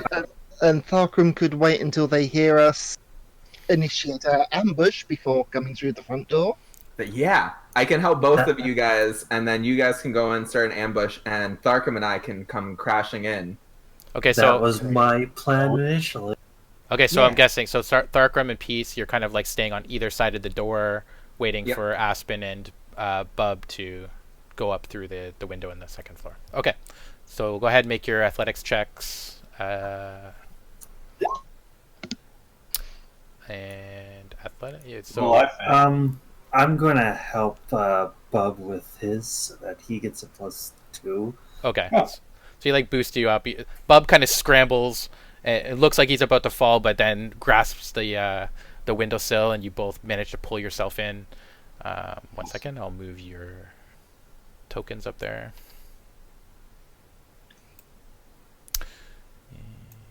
If I was the bard in this campaign, I'd give bardic inspiration. Consider this me giving spiritual bardic inspiration.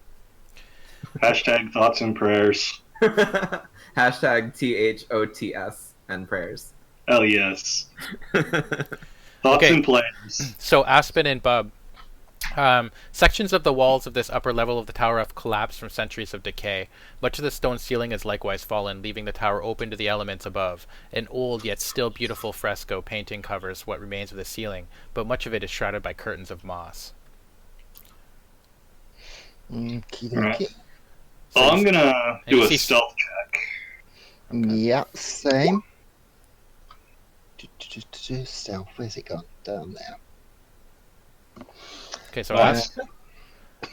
Aspen's definitely stealth.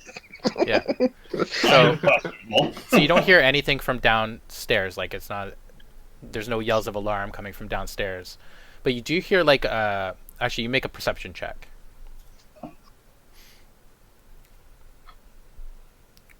Nice. Okay, Nice. So Ooh, nice. so Bub, you hear like buzzing coming from the moss that's on top of the tower, and you also notice like the moss is kind of like moving, like as if something's on top of there, moving the moss around. Oh no. I'm going to quietly get Aspen's attention and point up at the moss. Oh, that doesn't look nice. I whisper. So there's also the stairs going down towards Mhm. thing. Yeah, I'm gonna creep slightly down the stairs to see if I can see where any of the bandits on the lower level are. Okay, so you can make another stealth check. Yep. Nice. So Aspen, you definitely make it, and Bub too. Wow, you just rolled that 20? Jeez. Okay, so both of you make it to the stairs, and you're like creeping down the stairs, and you can see what looks like to be like 6 individuals, kind of like just roaming around the door there, where Tharkum and Peace are.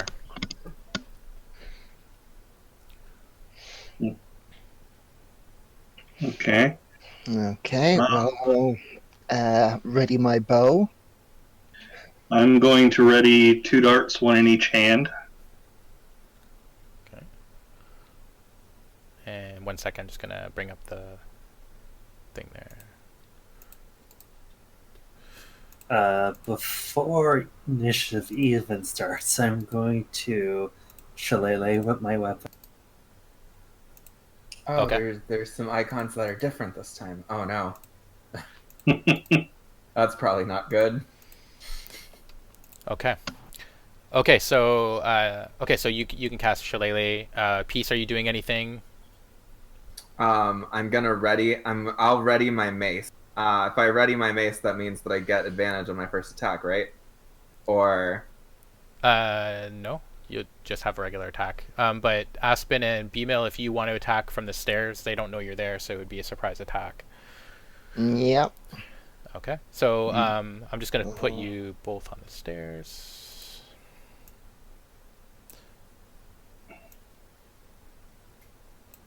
I don't know who wanted to go first down the stairs, B-Mail or Aspen. B-Mail probably. Yeah, I'll go first because I've got 2 darts ready to go right now, and Aspen's only got the 1 arrow knocked, presumably. Okay. Yeah. So go ahead and make your surprise attacks then before we do initiative. Okay. Dart. And do I have to click dart twice because I'm throwing both of them at 2 different targets? Yeah. Two attacks. So the first one hits with a 12 there. Oh, okay. So, yeah. Or you just or 12 and 17. You can just go with those two if you want. Yeah, that's... So rolled it. And It's going to be easier. so a 10 would miss for Aspen. Okay, so which one are you hitting? Okay, I am hitting this one? guy with my first one and this guy with my second. Okay. So 5 damage. 5 damage for the first one and 5 for the second. I'll take it. All right. what about Aspen? Does Aspen's attack hit? Nope. Oh, okay. Just missed. Damn. Alright, so do we roll initiative now? Yes, you do. All right. Nice. Oh man, I forgot to hold on. Don't anybody Nice. else roll. Okay, I have to get rid of this. Descending. You guys got to click on your icons first. Damn it! I can write you. Oh, in. come on.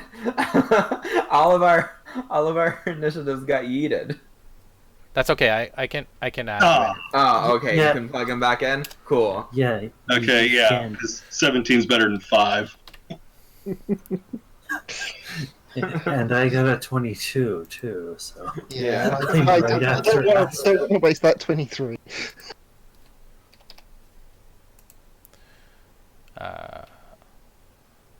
Actually, if you can just click on it and then roll, and then I'll add them in because it'll pull your name up there. So it'll be better than me just writing them in and faster. So like B-Mail's done his, I can add you in. 17.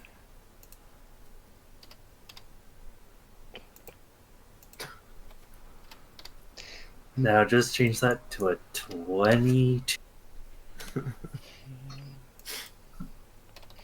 And mine to a 23. Mine's a 15. I don't know why it got yeeted. So hold yours down and then roll. Who, me? Yeah, you. Yeah. But wait, hold mine down. Yeah. Okay, I'll just re-roll. Oh, It's did probably you? gonna hurt me, but yeah, I rolled and mine was on the original score, but then everything got yeeted for some reason. Oh, that's weird. That's okay. Like, Yeah. you don't have. You just roll and then I'll add your 15 in. Like it doesn't. Oh, matter. okay. Yeah. Okay. Sorry, I misunderstood. That was my bad. And then the bandits. Hopefully they all get natural ones. Oh no.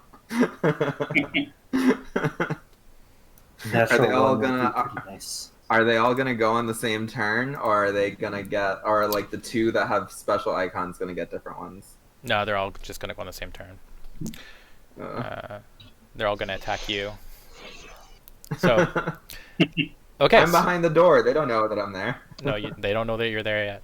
So the gargoyle like hears one of the bandits cry out in pain from the dart, and he says, "Oh, this is gonna get good. This is gonna get good."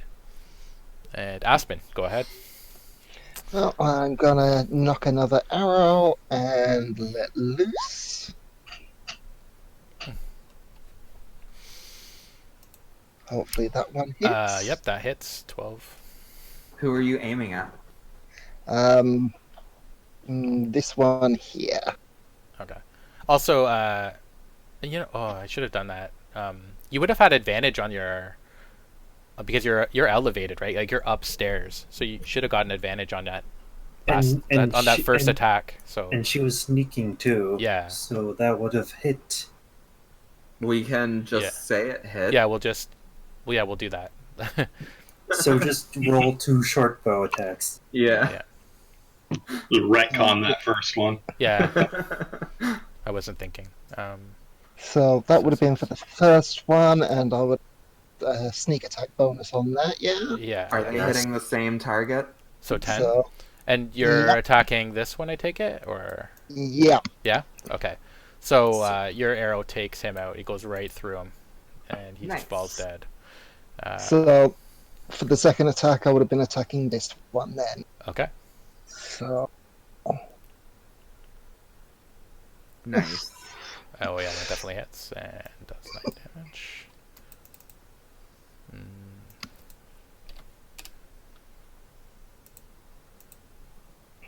Okay. So your bolt goes like right through his leg. He's like dragging his leg now. And do you want to move at all, or are you just gonna stay there? I'm gonna stay here for the time being. Okay. Tharkum.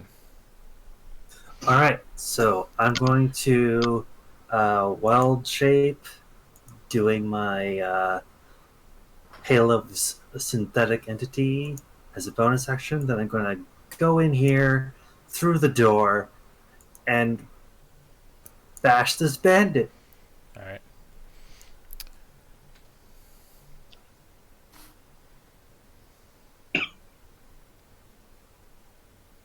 Definitely hits. Nice.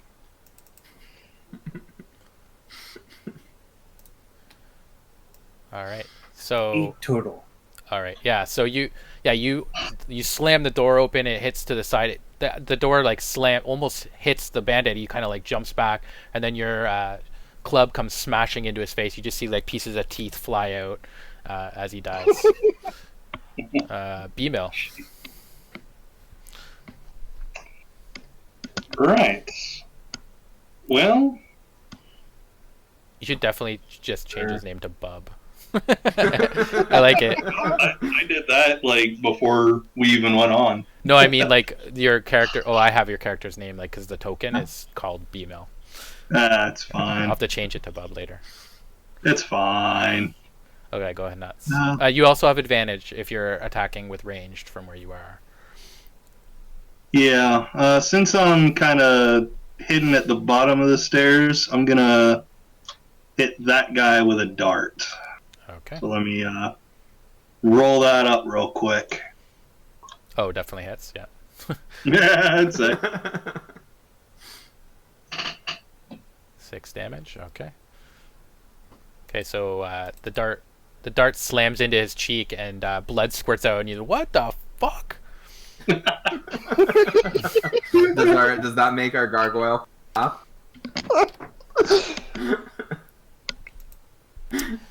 All right, and yeah, yeah. If you're gonna shout out, just hit him in the face.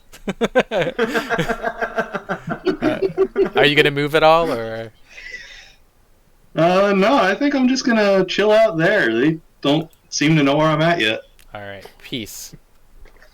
So at this point, I'm going to appear right behind Tharkum, and I'm gonna shout out into the little thing. Look, I have a character type, but I'm really gonna lean into it for this one shot. I gotta go all in. I'm gonna shout into the little tower where the fighting is going on, and I'm gonna be like, "Hey, probably half of your friends are dead. If you want to surrender, you can." And I'm not actually gonna make that my action. I'm gonna aim. I'm gonna hop in. I'm gonna aim at this one right here, and I'm gonna fire Sacred Flames. If he fails his dex save, it's gonna hit him for 4 damage. Probably take him out, because that was the one that Bub hit, right? Yep. Yep. Right in the mouth. Oh, yikes. So it does 4 damage. Yeah, it might kill him. I don't know. He's still awake. He's still up. He's still up. Oh, he's still up? All right. Well, at this point, I'm going to be like, sorry, and then I'm going to hop right back out, and I'm going to go over to the gargoyle friend and be like, hey, I just set one of them on fire. And that's it. That's it for me. He says, "Good job. Good job." Okay, so the bandits go, and so one of the bandits yells out, "Long tooth, go get the others!" And the one that was hit twice goes down the stairs here, and you can't see where they go. And the other ones are going to attack you. So Julette, this guy is gonna attack Tharkum, and the other two are going to go on either side and try to attack you, B-mill. Okay, well, whenever this one is trying to attack me, therefore they enter within 10 feet of me, and they have to roll a Constitution saving throw. Is it only for Is one that of like- them, or does it? Because if it's for all of them, I think all of them might have to roll it. No, only it's like a reaction, so Oh, okay. only one of them will. Okay, so bandit, Constitution. Don't fail me now. They failed. That's a fail. super fail. Ouch. They take they take 5 necrotic damage. All right. Nice.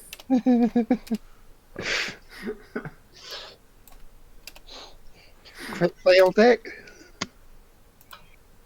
Yeah, would that be a crit fail moment? Yeah. Oh, I guess it would be. That's right. Yeah. Good job. All right, let's see. Crit fail.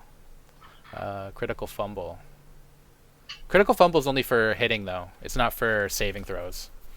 Oh yeah, okay. because saving throws are different. Yeah, so. yeah. But Okay. they still take like 5 necrotic damage. Yeah. Yeah, That's yeah. like I think that's like probably almost half their health from what I've seen. All right, so that one that took the necrotic damage swings at you, Tharkum, with their scimitar. And Ooh. Yes, that's it. critical That's a hit. I'm hit. probably going to die.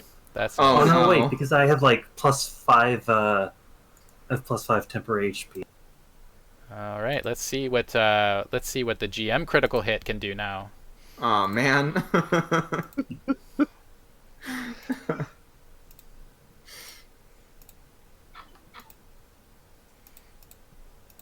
Not instant knock me on my ass and kill me. So it says Bleeder. Make a DC 14 Constitution saving Ooh. throw.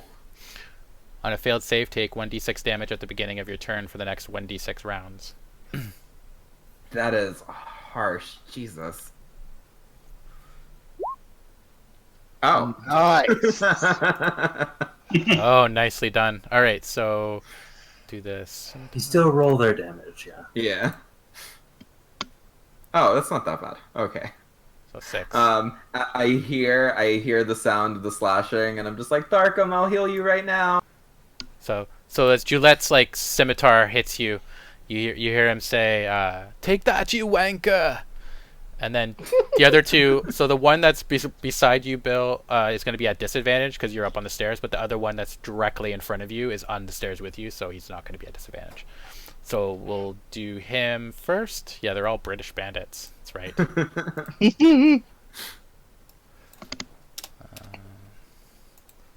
And that one misses, and the other one's at disadvantage, so it's probably going to miss. 1 second. Oh, what if they get a critical fail? Oh, I'm glad. Is that a miss? That should be. A 13's a because miss, it's- right? On you, BML? Yeah, you're like No. 17, I think, is your. He's armor a fighter. class. He has armor. Yeah, Yeah. he's either 16 or 17 anyway. But yeah, so both of the scimitars miss you, and it Awesome. is. Yeah, Aspen's my AC turn. is 17. Yeah, that's what I thought. Aspen. Okay, so I think I will. Presumably the side of the stairs is open, yeah? You're gonna jump down. Yeah. Oh, that's awesome. Yep. So jump down behind this guy after drawing my daggers, and as I land, Stabby, turn stab. up and straight into the back. Stabby, stabby. Where's my dagger? There we go. Boom! Nice. Nice. So do you have to? Probably it. Oh, Well, it's only the 7, right? It wasn't advantage, right? yeah. So it'll be 7 Oh. damage. Well, So would it be a sneak attack? Or No, because they're aware. Oh, They're okay. aware of where she is. Yeah. Dang.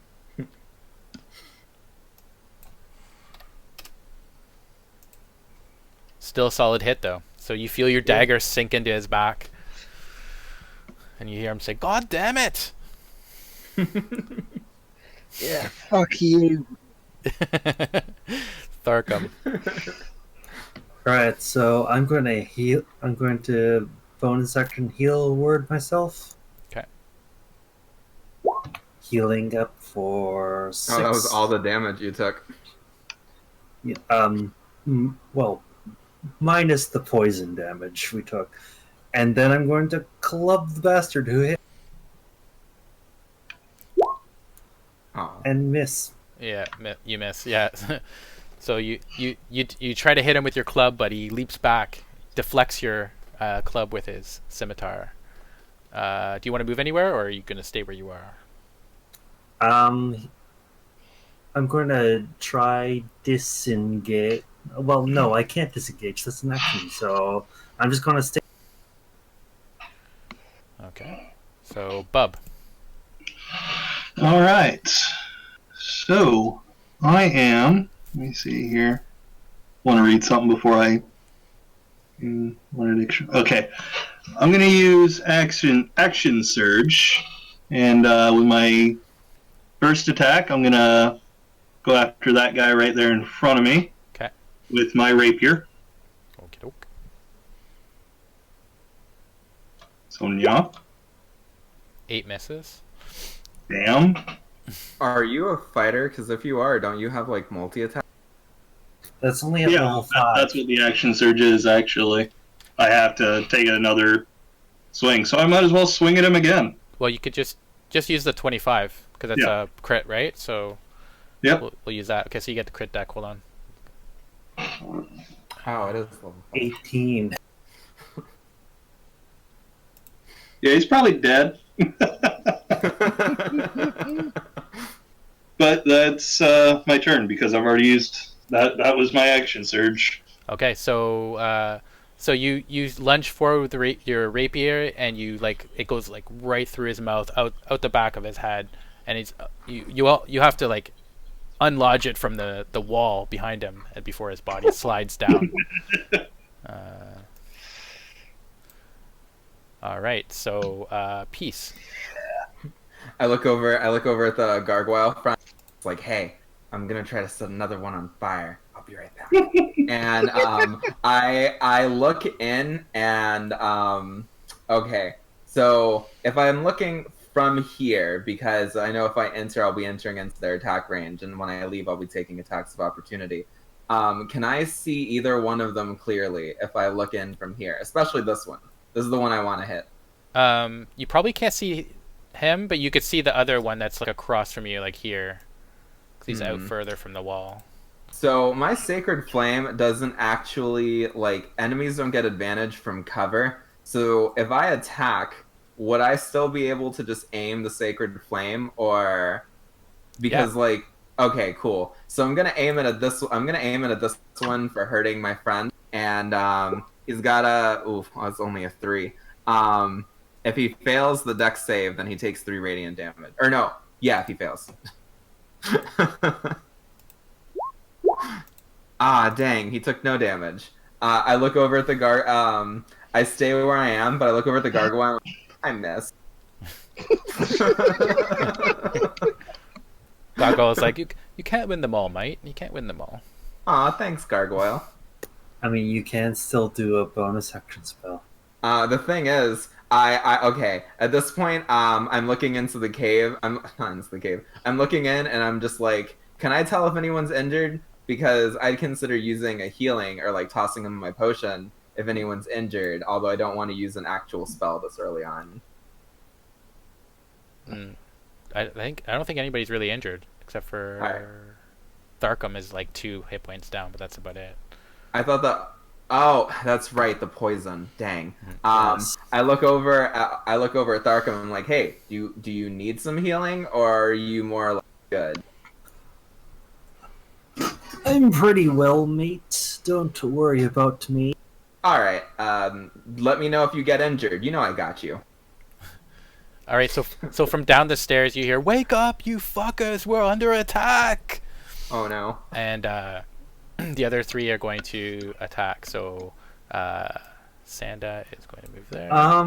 Well, they all start by turn. They all start their turns, or within my sphere. So that guy has to do another Constitution throw. All right. Yeah.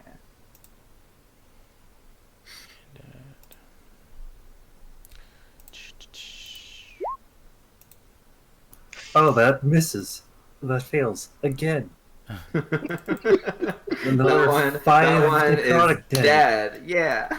He's not dead. What are you talking about? I relay this information to the gargoyle friend. So he starts like as he's moving towards you, he starts like coughing and but he swings a scimitar. So 2 of them are swinging at you, Tharkum. 1 is swinging at BML. Did he robot for anybody else? Yeah. Okay. Yes. Cool. Yeah, robot yeah. for me. I got After like last half time. that. So for you, Tharkum, we'll do normal roll and normal roll. And 2 misses. Pathetic misses. And BML. Ooh. Of course. And yeah, that's take that. That's gonna hurt. 6 slashing damage. Ah, Nasty. So you try to leap back, but the scimitar finds its way in between a portion of your armor, and you feel a sting in your leg. Aspen. Okay. This guy's probably nearly dead, so gonna Try and hit him with the daggers. Boom. Ooh. Damn. Oh, thank you, Notjaw. I just got a thing saying they subscribed. Thank you, Notjaw. Okay, so yeah, so you hit. And... Oh. Oh wait, no, you didn't. It's a 10, Oh. right? That's too bad. Look, you just took me on a wild roller coaster. I know, because it rolls it twice. So I saw the 25 Yeah. and I got excited, but no. Sorry about that. Tharkum. All right. I'm going to. I see this bandit attack my friend, and then I just I'm going to do a thing. I'm going to entangle them. Okay. Entangle away.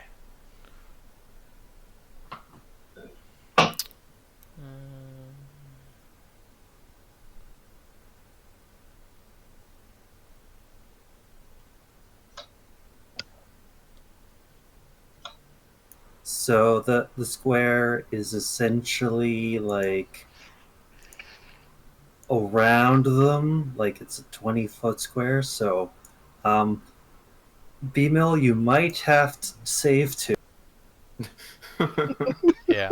Well, okay. What would happen if you centered it on yourself? Would you have to? Because I would have to. Oh darn! I was gonna suggest you just center it on yourself, so So that way.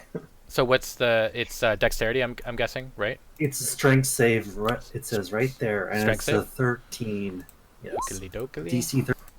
Oh dang! That's what I'm talking about. That's what I'm talking about. Just like rips his foot out of the entangling mass. Smirks at you. B-Mill, you have to do a strength check too. Thanks, buddy. I'm sorry, I'd laugh if he gets entangled. but he Oh, doesn't. good. He's lucky. But anyway, I'm just going to. Well, that was not an attack, but I can still club him. All right. That definitely hits. So Yeah, 9 he bludgeoning. did. And yeah, so your club just comes crashing down on the top of his skull, and you see his head just kind of like cave in from the top down. His eyes just kind of like almost pop right out of their head, and he falls dead. That The was entanglement The was Walking a Dead, but worse. the entanglement Yeah, was yeah, a like the- distraction. Yeah, like poor Glenn. that was for succeeding the strength check, Bucko. All right, so the gargoyle is like, I hear plants, I hear casting. What's going on in there? He looks over at the gargoyle and is like, so my friend Tharkin just beat up not a goblin, just beat up a bandit. He just brought his mace down and just clubbed him. Says, pee on the plants, I tell you. Female. That actually gives Peace an idea, but we gotta kill this last bandit before the other ones get here. So. Alright, so I think everyone else has that last bandit pretty well handled, so I'm going to move to the side of the stairs here and have my rapier still readied and ready a dart in the other hand. All right. So you're just gonna ready your action. Yep. Alrighty. Peace. So Peace is gonna take a second to talk to the GM. So he's gonna ask the voice of God something very interesting. If I wanted to make a trap out of the plants and lay it on the steps, because if my understanding of this map is correct, this area right here where this bandit icon, people enter these little steps and they come out here, right? Yeah. Okay. Nice If little point there. I have a feeling some people who are listening to this, or some viewers who are going to be watching this later on, are probably going to get what I'm thinking here. But if I wanted to pick up the plants without burning myself, would I have to do what I think I have to do? Oh, the tangleweed. Yeah. You'd have to pee on your hands. Yeah. Dang it. Oh man, I kind of want to like pick some up and I want to put them right here. The first thing I thought of was pissant. You know, the word pissant. I was like, but you'd be like piss hand. That'd be awesome. No, I mean, That's your that nickname. if anything is like, oh man, I want to. Dang it. Do it. If you don't have to pee, I haven't in a while. I can pee on you. Nah, look, this isn't a friend situation. I can do this in the heat of battle. So you know what? I'm sorry, guys. This you could just touch your hands to your feet, and that'll work. Thank you. I really appreciate you right now. It's dried. It's dried though. It's No. Why are you doing this? This is what you gotta do. You just stick your hands down your pants, right, and then just pee right in your armor. Be all right. Okay. You know what? This is a one shot, and the whole point of one shots is that you can be really heckin' crazy. So I'm gonna do it. Everyone's inside, and I'm gonna ask the gargoyle to look away, and then I'm gonna facepalm myself because I realize that's a stupid suggestion. All right. So you start peeing on your hands. The gargoyle's like, this guy's. Yes. Hey, dude. So you start peeing on your hands. The gargoyle's like, this guy's fucking crazy. I'm gonna look at the gargoyle and be like, "You're my best." Okay, so I do it, and I take some of the grass and I put it. I'm gonna move, and I have more than enough space to do this. So here's the deal. So you would have had to pee on your hands and then grab the stuff and then run it over to there. So that's going to be more than your action. But if you use your inspiration, I'll allow that to happen. You know what? I'm gonna use my inspiration on this because I think it's funny. I'm gonna not quite rule of cool this, but rule of hilarity it. Okay. So I'm practicing to be a DM myself because I actually do want to like do my own DMing. So yeah, I do that, and then I put a trap right here. I don't know if there's a way for us to mark it. That way we know not to cross it until our enemies have. I'll remember. I think we can figure it out. Okay. And then I'm gonna stand.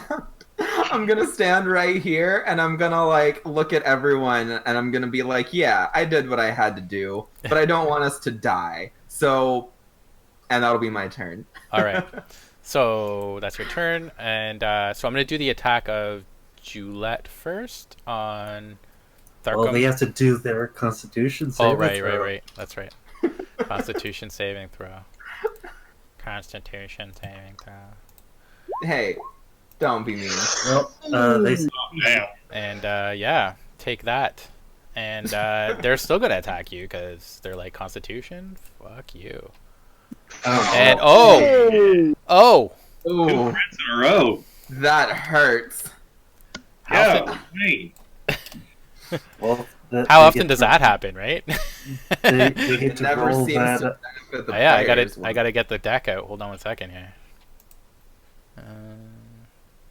Honestly, I'm just excited to have had a chance to lay this trap. All right, so it was a scimitar, so not them. Make a DC 14 saving throw. On a failed save, you become frightened of the creatures of your attacker's type. Dang, that's most types. That's what type of saving throw? Wisdom. Ooh. Oh no! Yikes. Oh. Oof. Yeah. So you're now frightened of all the bandits, and you took.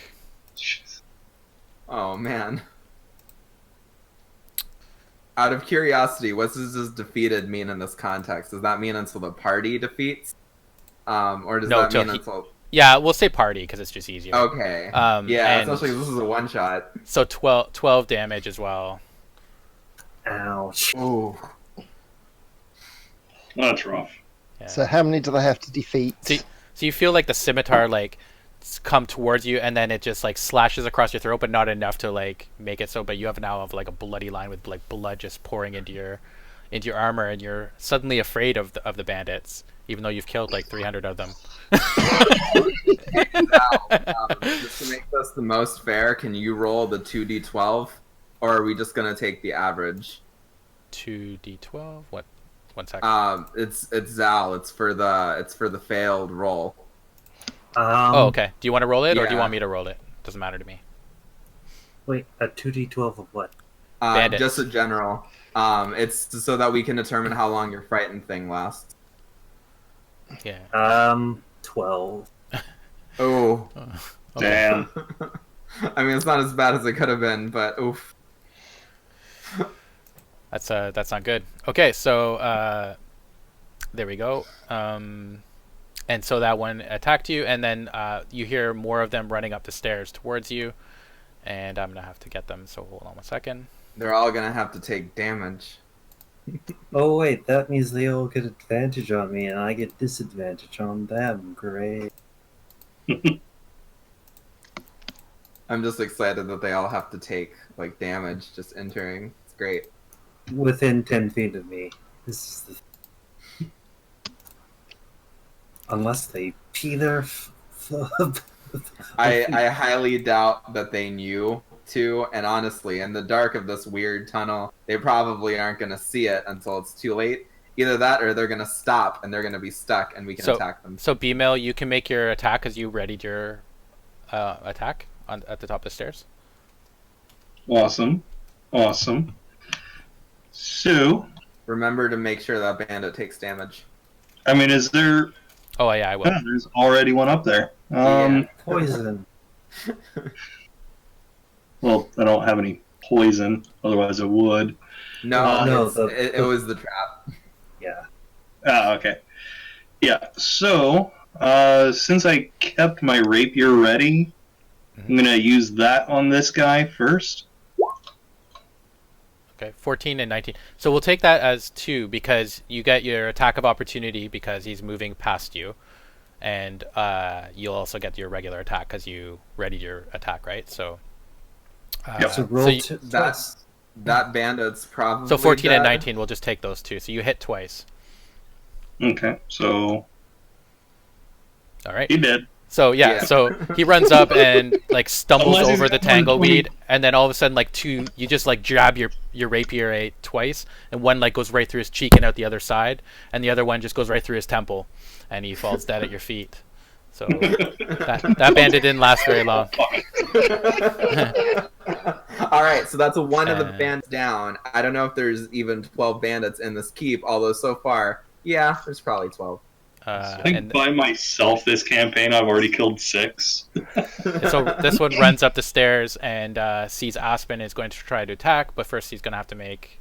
what did I make you roll for your... It was a Constitution.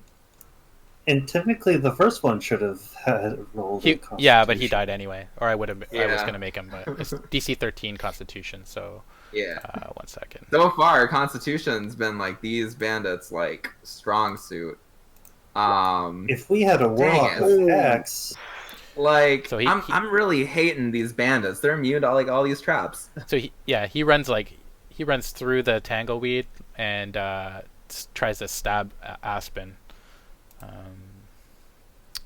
Bandit. Let's see what we got. Scimitar. Let's go. I love the confidence. God. The confidence is what kills me. Yeah. So Aspen just like sways out of the way and like laughs at the bandit. Fail. Yeah. Critical fail. Oh, it's a critical fail too. Oh, let's see what happens to this. All right. At least I'm getting. I'm honestly loving this one shot. This is a great one shot. I know, right? Draw cards. Player critical fumble. This is the first time. Oh wait. All right. Let's see what it is. Oh wait, no, it's the wrong one. Wrong one. Okay. So. All right. So. Shoes are untied. Every time you move until the end of combat, there's a 50% chance you will lose your shoe. What would that... Okay, is that supposed to be like a joke? Because like, what effect would that have on combat? Well, aside from like cosmetic. Yeah, well, I'm just gonna say that like so she runs up like through the tangleweed and like kind of like pirouettes through it because he easily makes the save. Tries to stab Aspen, misses horribly, and then her shoe flies off and she falls on the ground, so she's prone. Nice. Yeah. So this bandit's a lady? Wait, does that mean that this bandit's like a character? I mean, they all have names, which is weird. But these bandits are people, I say, kind of in shock. All right. So the other one's going to run up and attack. Remember to roll that Constitution. Yep. Roll the Constitution save. Constitution. Yes. Nope. Finally. Doesn't make it. So since we'll let you roll the damage, Luciano, like 2d6. Okay. 2d6? Yeah. Alright. Only 5. I mean, damage. that's still like that's like almost half its health, their though. That's pretty good. Yeah. And it's gonna attack me?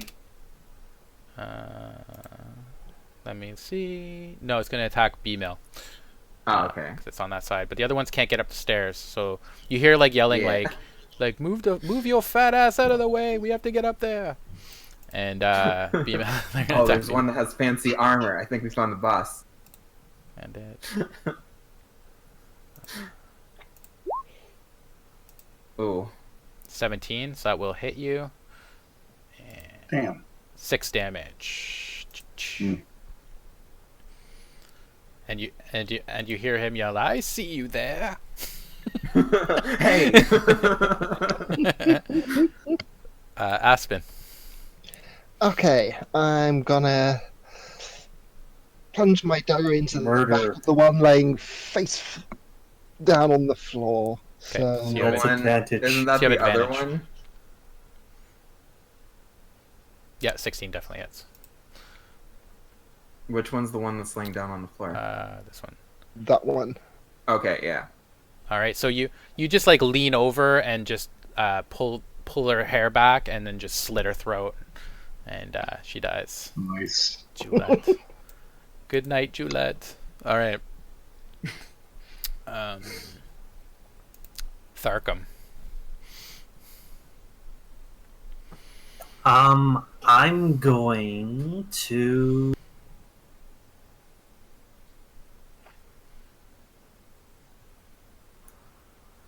As a bonus action, I'm going to heal myself Yeah. with healing word. Remember, we all have potions of healing, just in case anyone starts to get, like, injured. Well, I'm like 10 health, so I'm going to use this. What's that?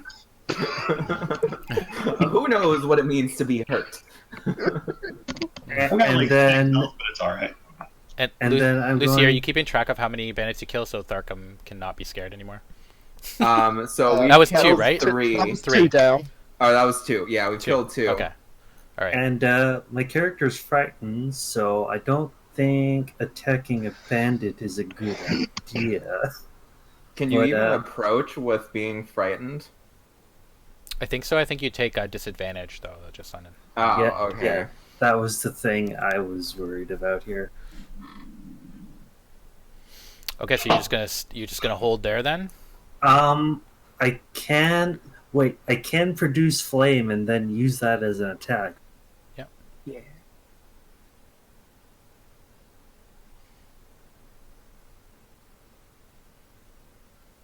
Actually, no. I don't even have that set up as an attack. I'm going to use chill. Wait. Yeah, I can just set it up as an attack here.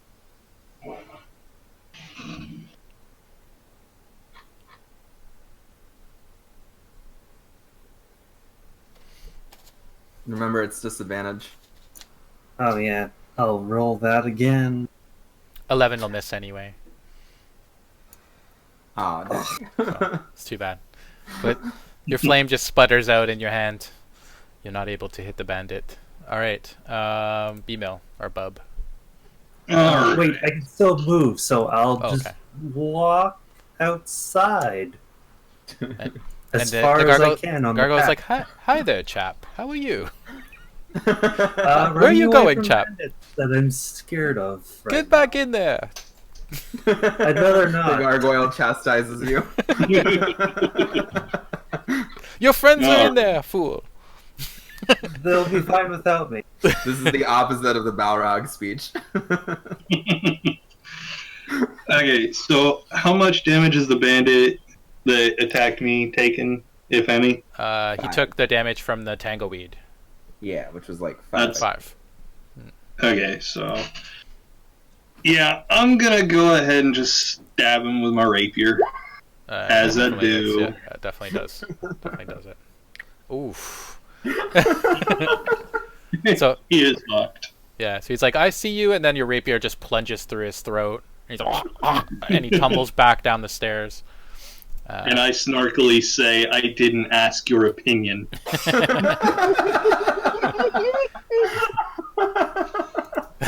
And that's Oh, did you want to move at all, or are you just gonna stay where you are? I'm still good here. Yeah. Okay. I definitely am gonna drink my healing though, because I'm hurting. Okay. Cool. All right. awesome. Peace. So I'm just going. Jesus, has the bandit in front of me taken any damage? This bandit right here. No. I don't think he has. No, he but I'm hasn't. not entirely sure. Nope. He hasn't. So the first thing I'm gonna do is I'm gonna shout out to the gargoyle buddy all the stuff that's happened and be like, "Hey, you missed a lot." I'm gonna really quickly summarize this, and that's my little free action thing because I'm not doing any checks. Since I'm this close, So oh man, I've never actually. You also hear attacked the with gargoyle like from outside say, "I dumped this one out here." I'm like, he's my friend. He's just kind of spooked. It's okay. Also, we killed another bandit, so that means the number is up to 3. Oh no, there's 2 fancy bandits. I didn't notice that. I'm just Fancy going to. They have gold cloak thingies. I can't see. I'm going to attack this one with my mace, Okay. and I'm gonna be like, "Hey, sorry, bud. This is probably gonna hurt." And I'm gonna think to myself, "God, I hope I hit." Nope. Yeah, you miss. I'm gonna be like, "Everyone gets one for free. Please surrender." Just very not intimidatingly. So you hear the bandit that you just swung at, he like ducks underneath your mace, and he's like, "Where are the rest of you?" And he attacks Peace.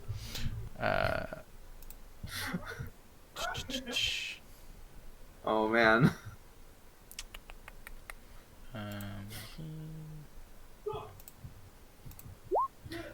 Oh, it's a miss. Also, quick question. Since the body is here, It just tumbled down, so it's like now like down where the fancy people are. oh, okay.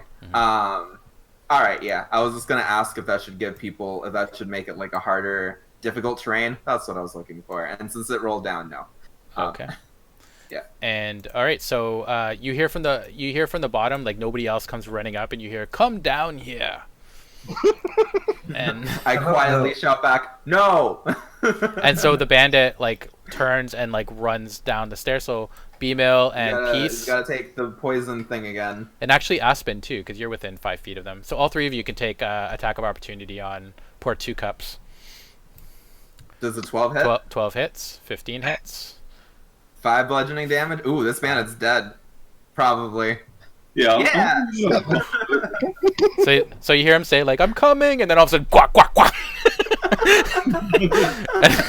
and his lifeless body falls down the stairs. They should low-key be kind of intimidated by that. Like, that should be another demoralizing thing Alright. that they see. Okay, so 3-minute break because I gotta go to the bathroom. I'll be right back. Okey-dokey. So that means that we've killed 4 bandits. We need to Yes. kill 12 before. So 8 more. Yeah. God, I hope there's not 8 more bandits. I mean, they die really easily, but like, still. I mean, I'd rather not have disadvantage on my attacks. That's why I'm just going to stay away a little. I thought it was funny that we had the gargoyle chastise you. Right. I mean, I'm just doing what my character would do. I mean, I think that we're all killing it in terms of role playing. We're really sticking with our characters. Yay. We're That taking and I them almost- on really weird journeys. Then I almost died, so Do you still need healing? Because I'll heal you. if I you have still a need it. potion. Oh, okay, got you, fam. And So far, I haven't used a single I spell. believe that's like a 2d6 plus 4 or something. Yeah. I will be back quickly as well. If I do have to use any of my spells, I want everyone to be close by because I'm probably going to use Bless. And Bless gives all my homies extra dice. It's kind of like Doesn't that a require bardic holy inspiration. water. Does it require holy water? Oh Yes. man, that would suck. Bless. Let me check. It probably does. I mean, I have bless in my cleric character in our game, and it does require holy water. Dang it. Let me see. I have a priest pack. So let me check to see, because it's Priest entirely packs possible. do not have holy water. Dang it! What is the point of this pack? To be annoying. I want to be a homie to my friends. I want to give y'all buffs, but apparently right now I'm just a worse bard. I mean, you could have just made some I didn't think town. that bless would require holy water, which honestly, I really should have known that just intuitively. But in my defense, I am an atheist. Not my character, me. I mean, you could have looked through the spell description and saw, oh, this spell requires holy water. Probably I should make some. Look, I don't do preparation.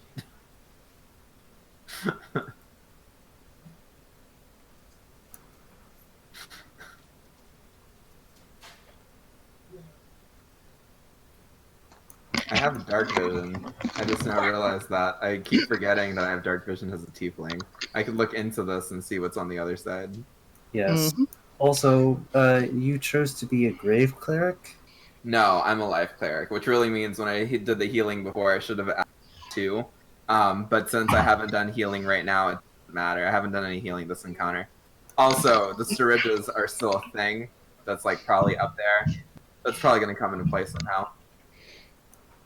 I mean, that's why I said you could have just been a grave cleric, because that way you get maximum healing. You don't get maximum healing as a grave cleric, though. You only get it if someone's already dying and you're just about to pull them out, which is admittedly probably the most important time. But with Disciple of Life, you also get you don't get maximum healing automatically, but you do get the +2. So. Alrighty, I'm back. Okay, so where? Someone else took a break. Is everyone here? Yeah, I'm back. All right, cool. Oh, good. I wasn't the only one that had to go to the bathroom. Yeah. Okay, so Aspen, it's your turn.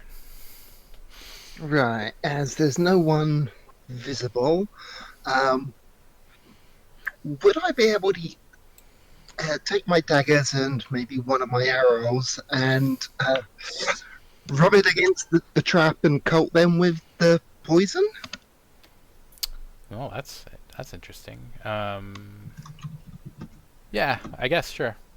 Yeah. Okay, I'll coat up both my daggers and one of my arrows, and then I will position myself. We'll say though that if you stab, it'll do an extra d6 damage if they fail their Constitution. So it'll be less severe than running through it. That's fine, and with the poisoned arrow nooked, I will crouch ready at the top here, just out of range in case someone does decide to come running up. I'll have an arrow ready to Alright, Tharkum. stick them. Okay.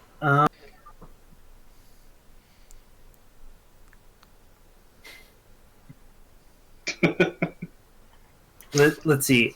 I will just move up over there. Okay. And basically just hide over and basically just hide. Cower Okay. behind the statue. Because right now I'm frightened of these bandits. So you run by the gargoyle. It's like, get back in there. That's right. and then I'm just going to ready my mace in hand, just hiding there. Okay. I guess that assumes I have to roll a stealth.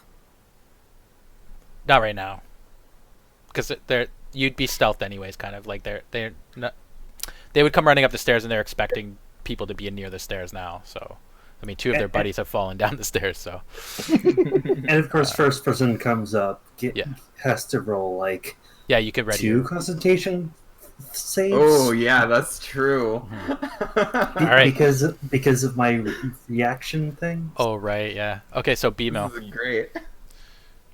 Alright, I will have been watching Aspen and seen her dip her arrow into the poison plant. And daggers. I am going to do exactly that, but with my dart and my rapier. Ooh, Okay. Nice.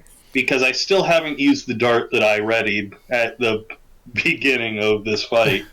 Okay, so you start rubbing your weapons in the thing.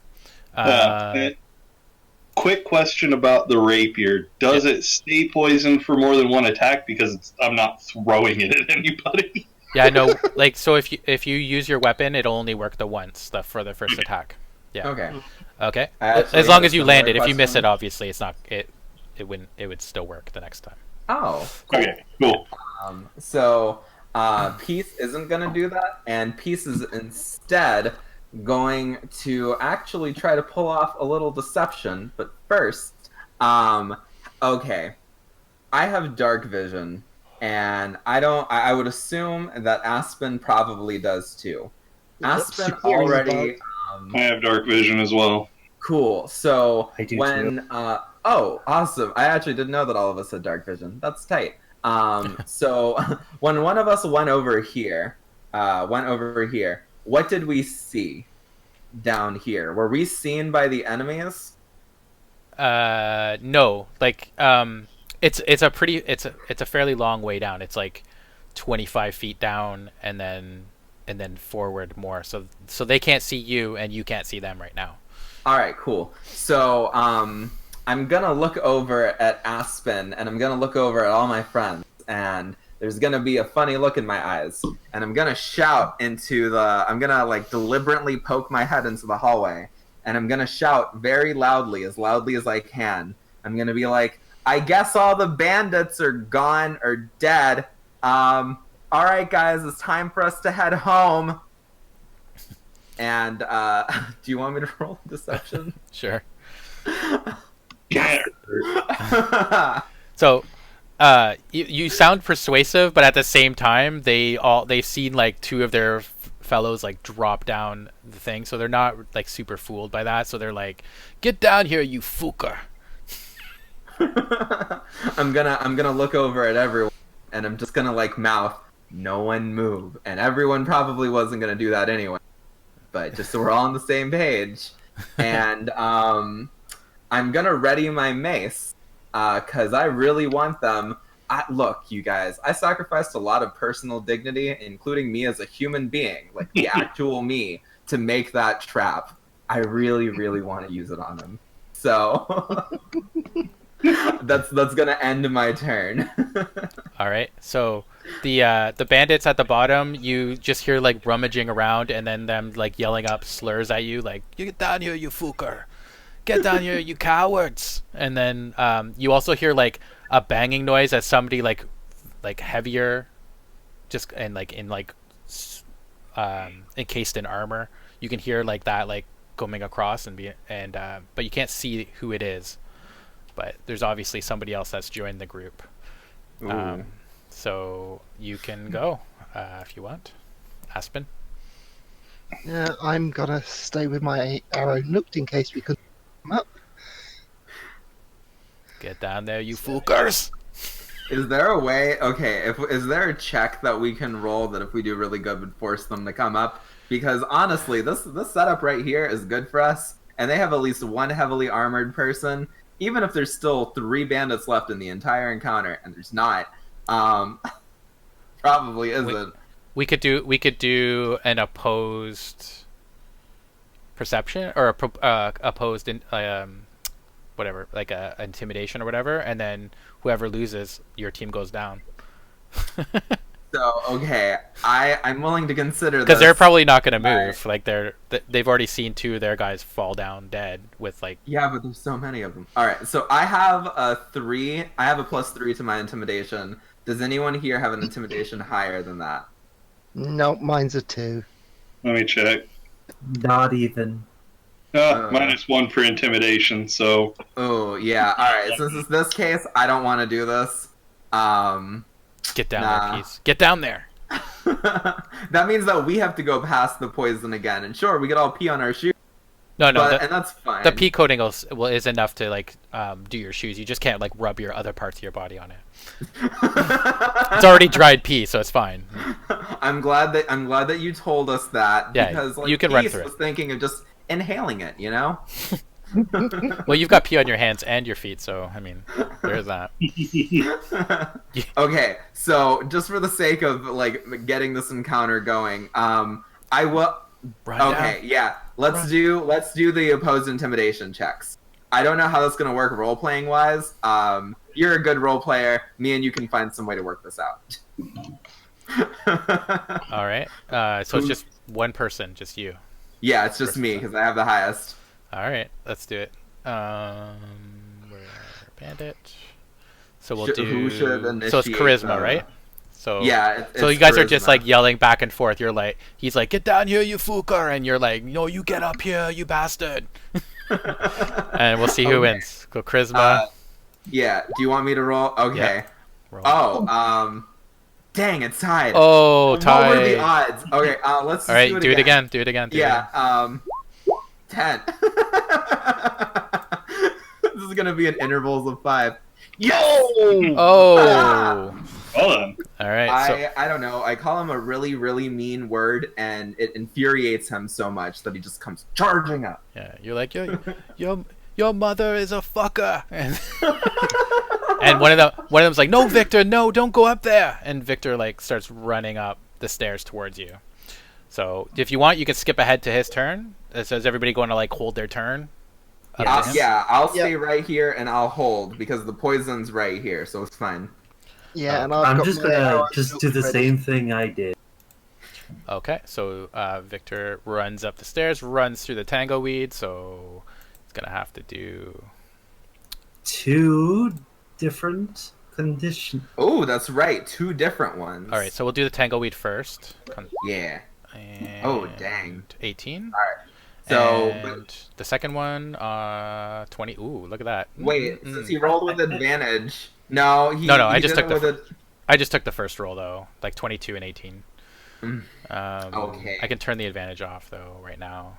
Always roll advantage. I'm gonna have to do this after the game as well for the rest of the Yeah. things. Query advantage, yes. And all right, so okay, so he makes it, but Yeah. so anybody that was like holding their move and that's near him right now can attack. I had to hold my moves, so let's. Oh boy, I hope. Wait, does this... that mean all of us can do that? Yeah, like if Dang, you natural 1. Oh, that sucks. so if you, Come if on, you like hit me with held your that move. critical fail, fam. And there's my poisoned arrow. Ooh, Oh. yeah. So He got two really, really, really good. Oh, look at that! Tharkum even hits, and he's constitutions. rolling with disadvantage. Man, Yeah. Okay, so Oh man, that hurts me. okay, so if everybody can like total up all the damage from both of you, so I can just take it away from his. So Yeah, four- he's dead. and you get one. 14. That's Oh, and 14. he has to make a Constitution save against Yep. 13. So 6 fails. So you get add a D6 to that, Aspen. You feel Yeah, he's Four. dead. So 10. No, he's not dead. He's not dead.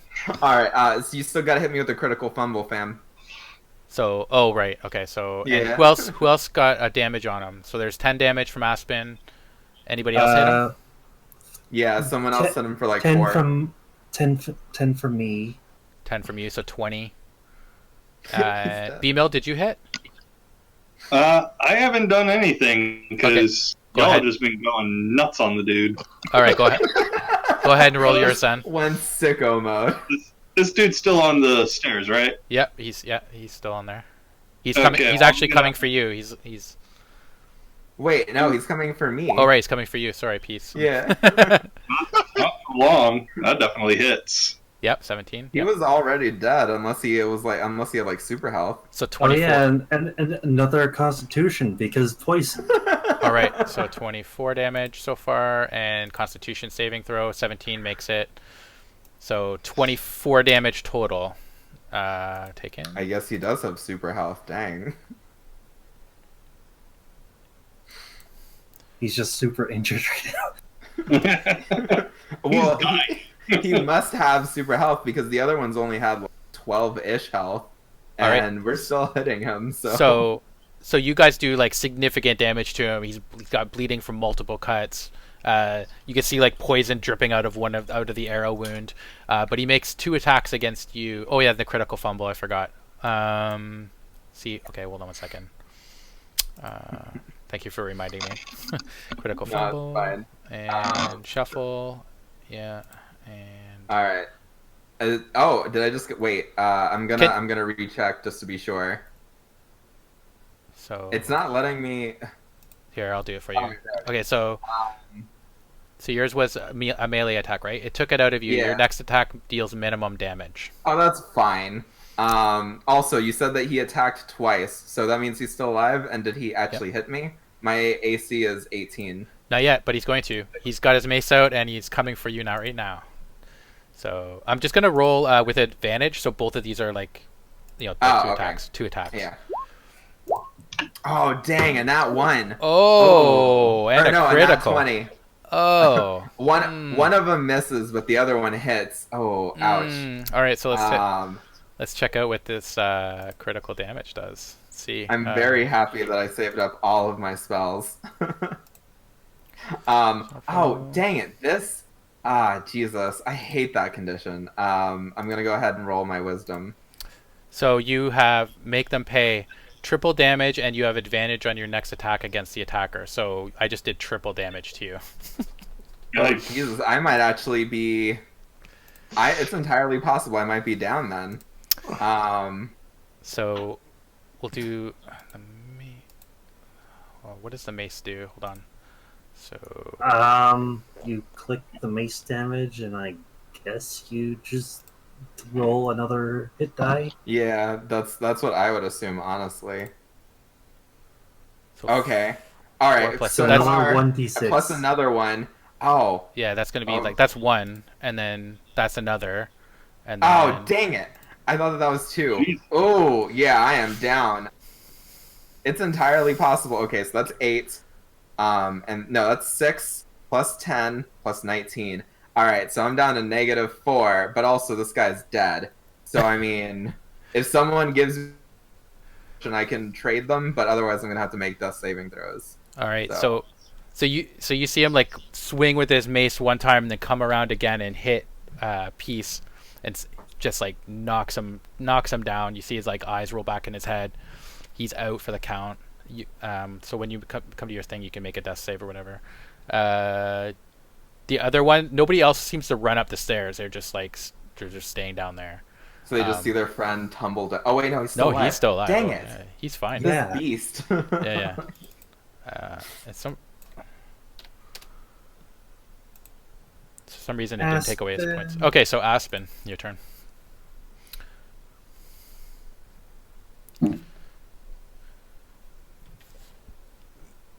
Aspen? She's shooting attack. Oh, okay.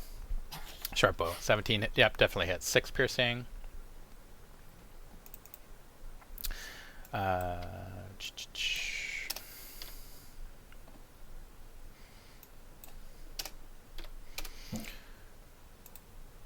All right, so your arrow slices into him, but he's still standing barely. He's kind of like wobbling on his feet from loss of blood and stuff, but he's still up. He's still up. You hear Peace quietly moaning in pain. Did you want to move at all, Aspen, or are you just gonna stay where you are?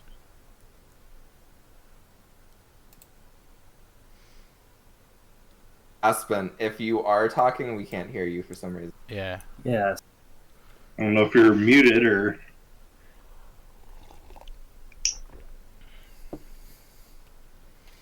These super bandits have like a ton of health. Right? We must have done like almost 30-ish damage to them, and the other ones have like 12. Okay, so I'm just going to assume that Aspen's not going to move. Aspen, you're going to have to work on your... Maybe can somebody type in there that they're silent? Because they might not be able to hear us. Yeah, I'll type in. All right, so Tharkum, your turn. Right. So, I'm going to...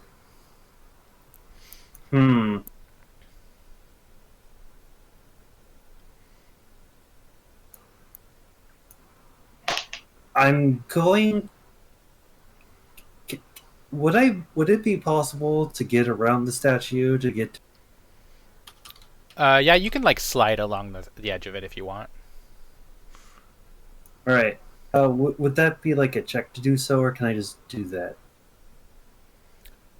No, you can just do it. Okay, I'm gonna Yeah. do that and pour into his mouth. Yeah.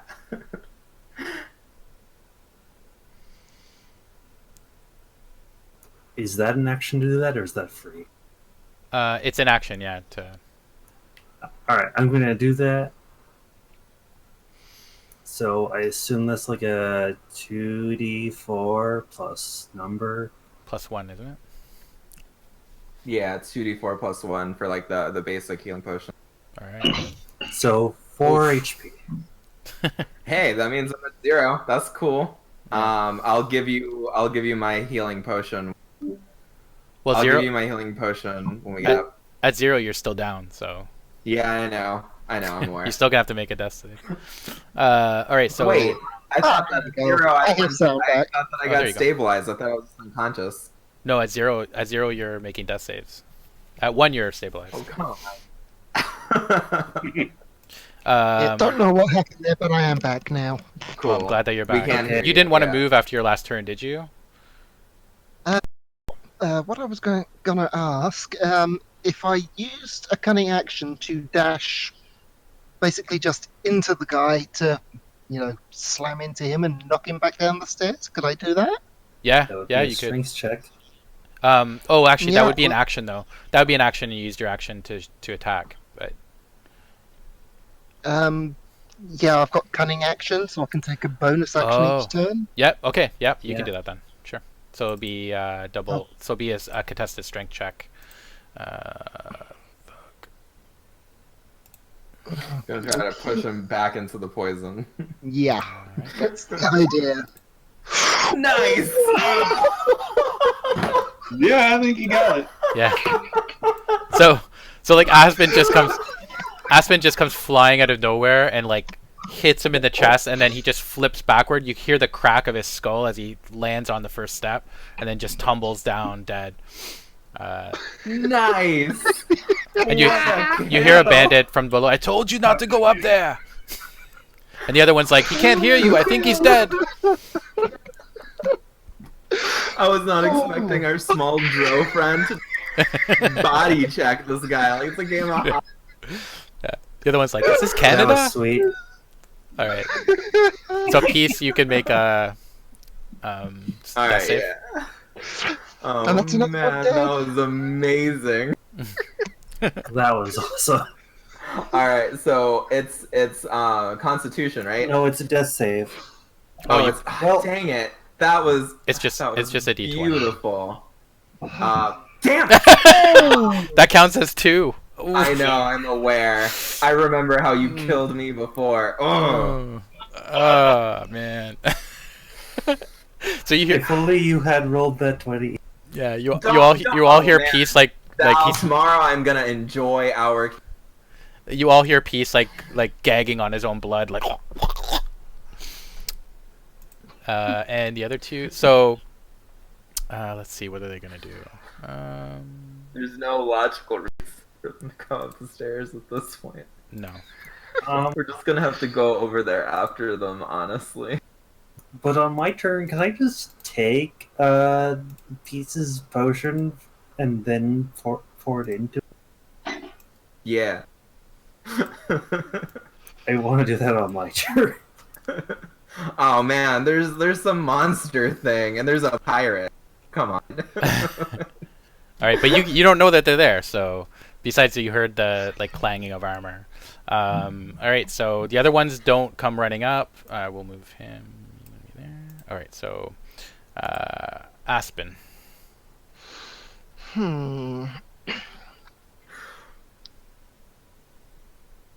Now. Well, yeah, and that's another one dead, so it's like 7 more. Yeah. Yeah, actually, you know what? Make another wisdom save. See if you can break out of your fear. Okay. Maybe I could have just done those on every one of my turns. Well, there you go. So you have to beat. Oh yeah, so you make it. So all of a sudden, Tharkum feels more more brave, and he's no longer afraid of the bandits. After seeing Aspen just body check that guy, that bandit in heavy armor just got attacked. So Aspen, are you gonna do anything, or are you gonna stay where you are? I think I'm gonna stay where I am because I don't want to be first down those stairs. All right, After Tharkum. that, yeah, that's fair. Tharkum, are you gonna Alright. go get revenge?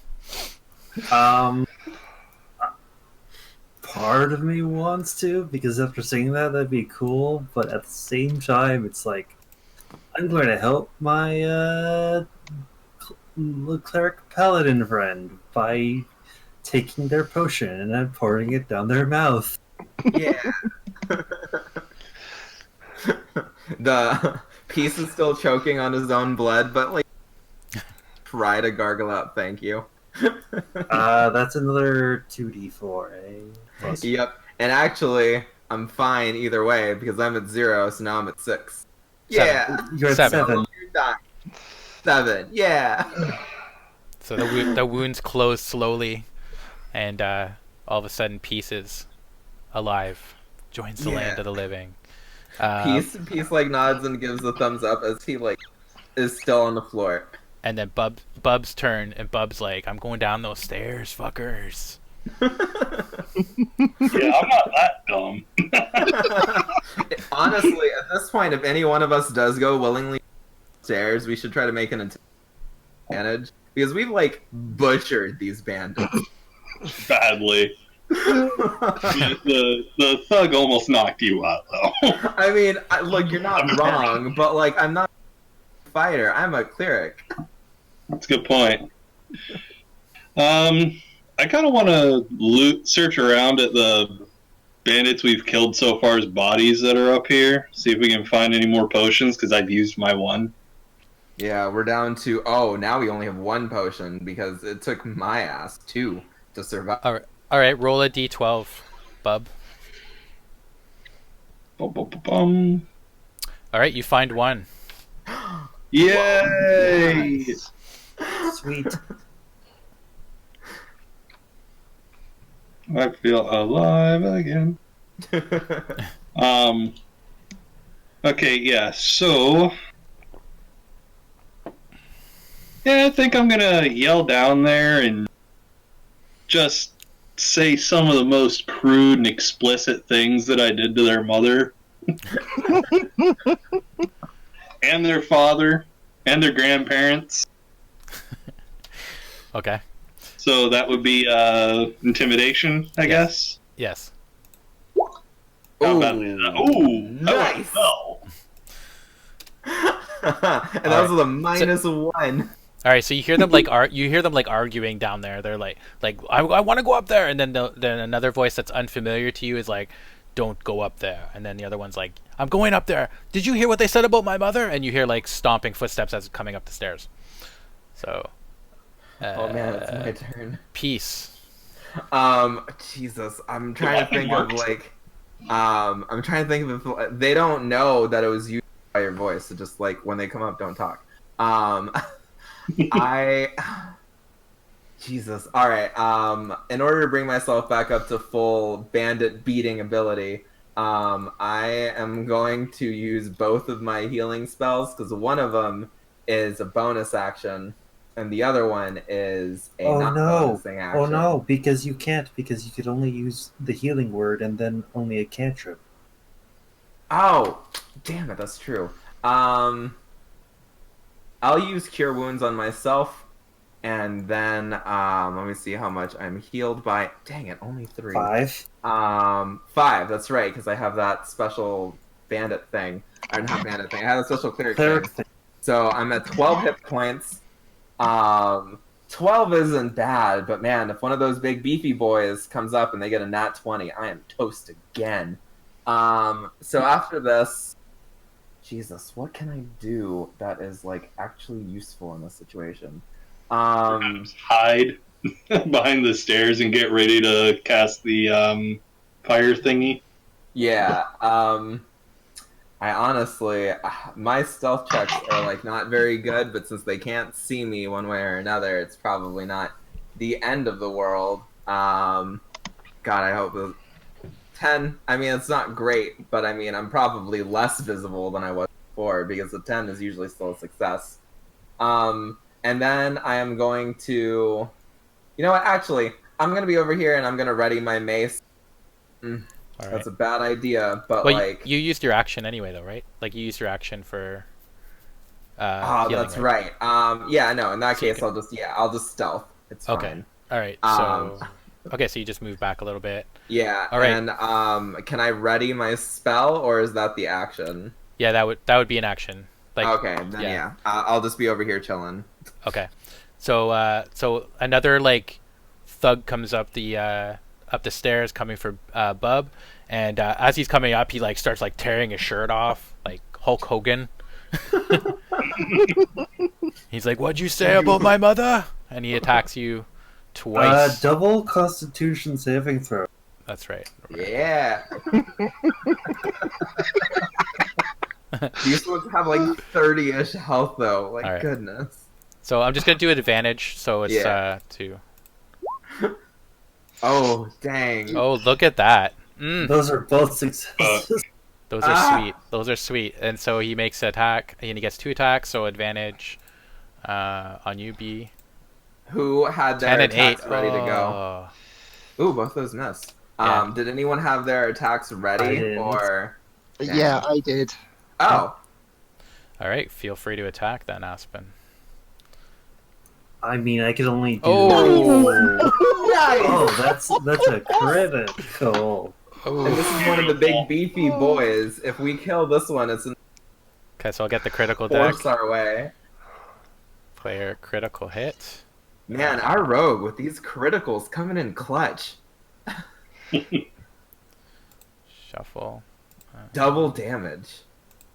Oh wait, no, maximum damage because it's not a melee. So it's an arrow, right? So distracting jab, triple damage, and the target must make a DC 14 Constitution saving throw. On a failed save, the target has disadvantage on attacks for 1d4 plus 1 rounds. So you do triple damage. So you can roll that right away. And I'll make 14 DC 14 Constitution save. So roll 3 times, yep. Yes. Oof. 12. 8, Whoa. 29. 29 damage? This guy. Oh my god. Jeez. All right. Well, you can describe. I'm gonna say, you know what? Because he's only got like a couple more hit points than 29. But I like the idea of him dying from that because that's brutal. So you can describe it, Aspen. Describe what you do with your with the arrow. What the arrow does to him. Well, as he comes up, as you say, he rips his shirt off and he takes the swing at Beelzebub, and as he gets side on, I loose the arrow and it goes straight through his neck and just like poking out straight through, severing the jugular vein, and yeah. And that's another body. Like at this point, it's starting to get hard to walk up these stairs. Yeah, you hear from the bottom. I told you not to go up. These bandits must be terrified. And then their bodies are falling down. All right, so I actually know what I'm gonna do now. I have an idea. it is Aspen's turn. I'm gonna ready another arrow. All right, Tharkum. This is inspiring. I'm just going to hide behind the stairs and basically instead of just having my because the poison spores is a reaction, I'll just ready my mace. So instead of hitting them with my poison, because every time the fucking enemies just succeed against the poison, I'm just going to hit them with my mace if they come by. Okay, so Bub. All right, so there's nothing left to do up here, and they're clearly not gonna be coming up. So I want to. It's time to go down there, Bub. It's time. Well, yeah. No. I want to confer with my crew here to see what the game plan should be, because I'm not about to go balls to the wall running down there. I'm not Balls to the as dumb as these thugs that have been coming up. balls to the So, wall. Well, we have Bush Monster out there and whatever it is up on the roof.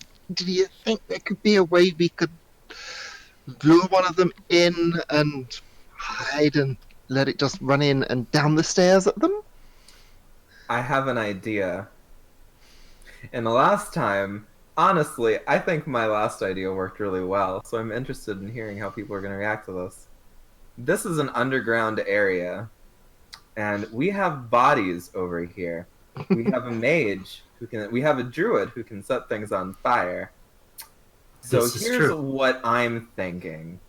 There's already a pile of very flammable bodies down there, but the thing is, we don't have to make it that complicated. I can roll, so Bub and I can roll one of the bodies to the tip of the stairs. We can hold the body for a second while Tharkum sets it on fire, and then we can roll it down. And if they go and they stop it, they have to put out the fire. And if not, it reaches the bottom where the other bodies are stacked. Sure, some of them are metal, but they're still fleshy bits. So, let's try to smoke these guys out. That statue, presumably it's got a nice round head on the top of it. I like Possible I to like knock your mind. that off and coat that with rags and stuff to set on fire and roll that down? Although I like the way This you're is thinking, amazing. I'm not sure that. Do any of you have like a hammer or like a wooden staff? Isn't going to take off. Staff, I have you a said. mace. Oh, the mace would work. Okay. The mace is technically a hammer.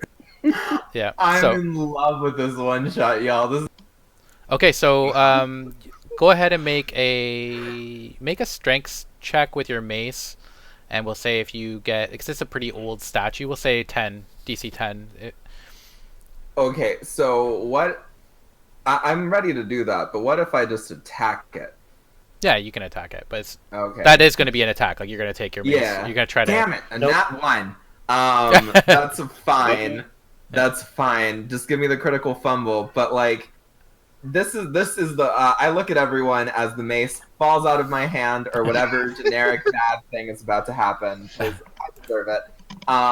But this is a good plan, and this would force them to either come up or flee.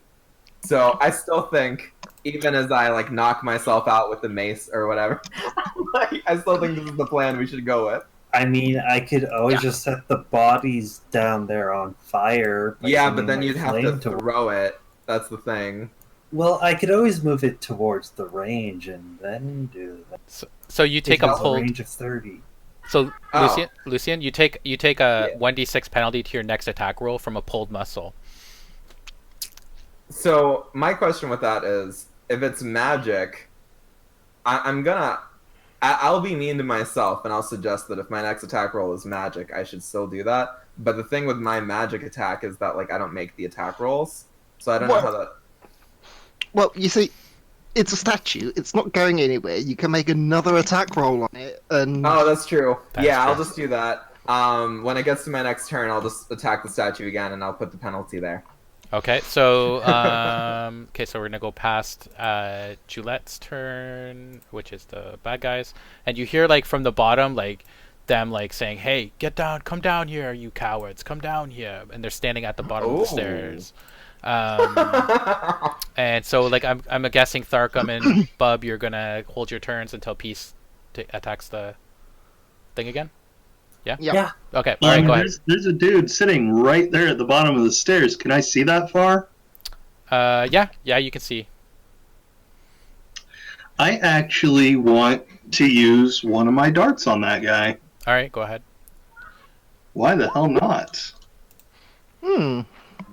And you miss. So the dart just like clangs past him, hits the ground, kind of bounces up but misses him. Okay, I'll take a shot with my short bow then. Okay. Nope. Oh no! Oh no. Oh no! Wait, but Oh. wouldn't she have advantage though because she's up the stairs and he... I was gonna say yes. Oh, I have advantage too. if that's the case? I was gonna say yes, but at the same time it's no, because it goes down and then over, like goes straight, so it's not really in your line of sight. Like it is, but it isn't. You know what I mean? Like as it goes down and then curves forward, so you have to shoot past the wall that's curving down in order to get past. So it's just cancel each other out kind of deal. Dang. Oh, well, critical fumble for Aspen, right? Dang. We can't win them all. It had to happen sometime. I mean, like, those ranged ones are usually not that bad. It's whatever. So I guess this is mine now. The projectile lands in a convenient location for the target to pick it up. And it wasn't one of the poison. It's... No, it wasn't. Oh shit, it is one of the poison one, isn't it? No, it wasn't. So far, even though we could actually repoison our weapons logically, we've only like poisoned them once, and Thorkin and I didn't poison our weapons. What are you talking about? My Halo of Spores, my symbiotic entity. You are a living That's true. I'm living poison damage with my weapon. All right, Peace. Take another swing at that statue head. So that means that I'm gonna apply that little d6. So let's do this. 1d6. I miss again, but I'll go ahead and roll the 1d6 just so that we can have that out of the way too. So yeah, I missed. That's fine. No, you hit, but it just doesn't do enough damage to take the. Yeah, it's a statue. It's a statue. You're not gonna miss it. You are a hero after all, kind of. I mean. I try. Look, so far my plans. I mean, at the very least, I have interesting plans. Can't I just use like stone cunning on my turn to find a weak spot? Advantage. Yeah. Sure. You could do that. All right. So I'm gonna see. Okay, so we'll go past the turns again. So we'll go past, and then Gillette. So this guy keeps yelling up at you. These guys are going to move forward a little bit, and Aspen, and then okay, so Tharkum, you do your stone cutting. You're like, hey, there's a chink in the statue here. So +4, 18. All right, so that works, and Peace, you can make it with advantage. All right, 21! And 21. So you take a big swing and you knock the statue's head off. And so at this point, the plan, as far as I understand it, is that we're going to wrap this bad boy in fire in rags, and then we're going to toss it down at him, right? Yep. Okay. I mean, it's your plan. You should know it. Okay, so who's going to do that? That wasn't my plan. So I can start putting some of my, I can cut off my sleeves or something, and I can put them around the thing. You could just use some of the bandits' clothes. That's true. That's a bad idea. And then it has to be Tharkum who puts them on fire, because as far as I know, or actually I could, because I have Sacred Flame. I'm a dumbass. Okay.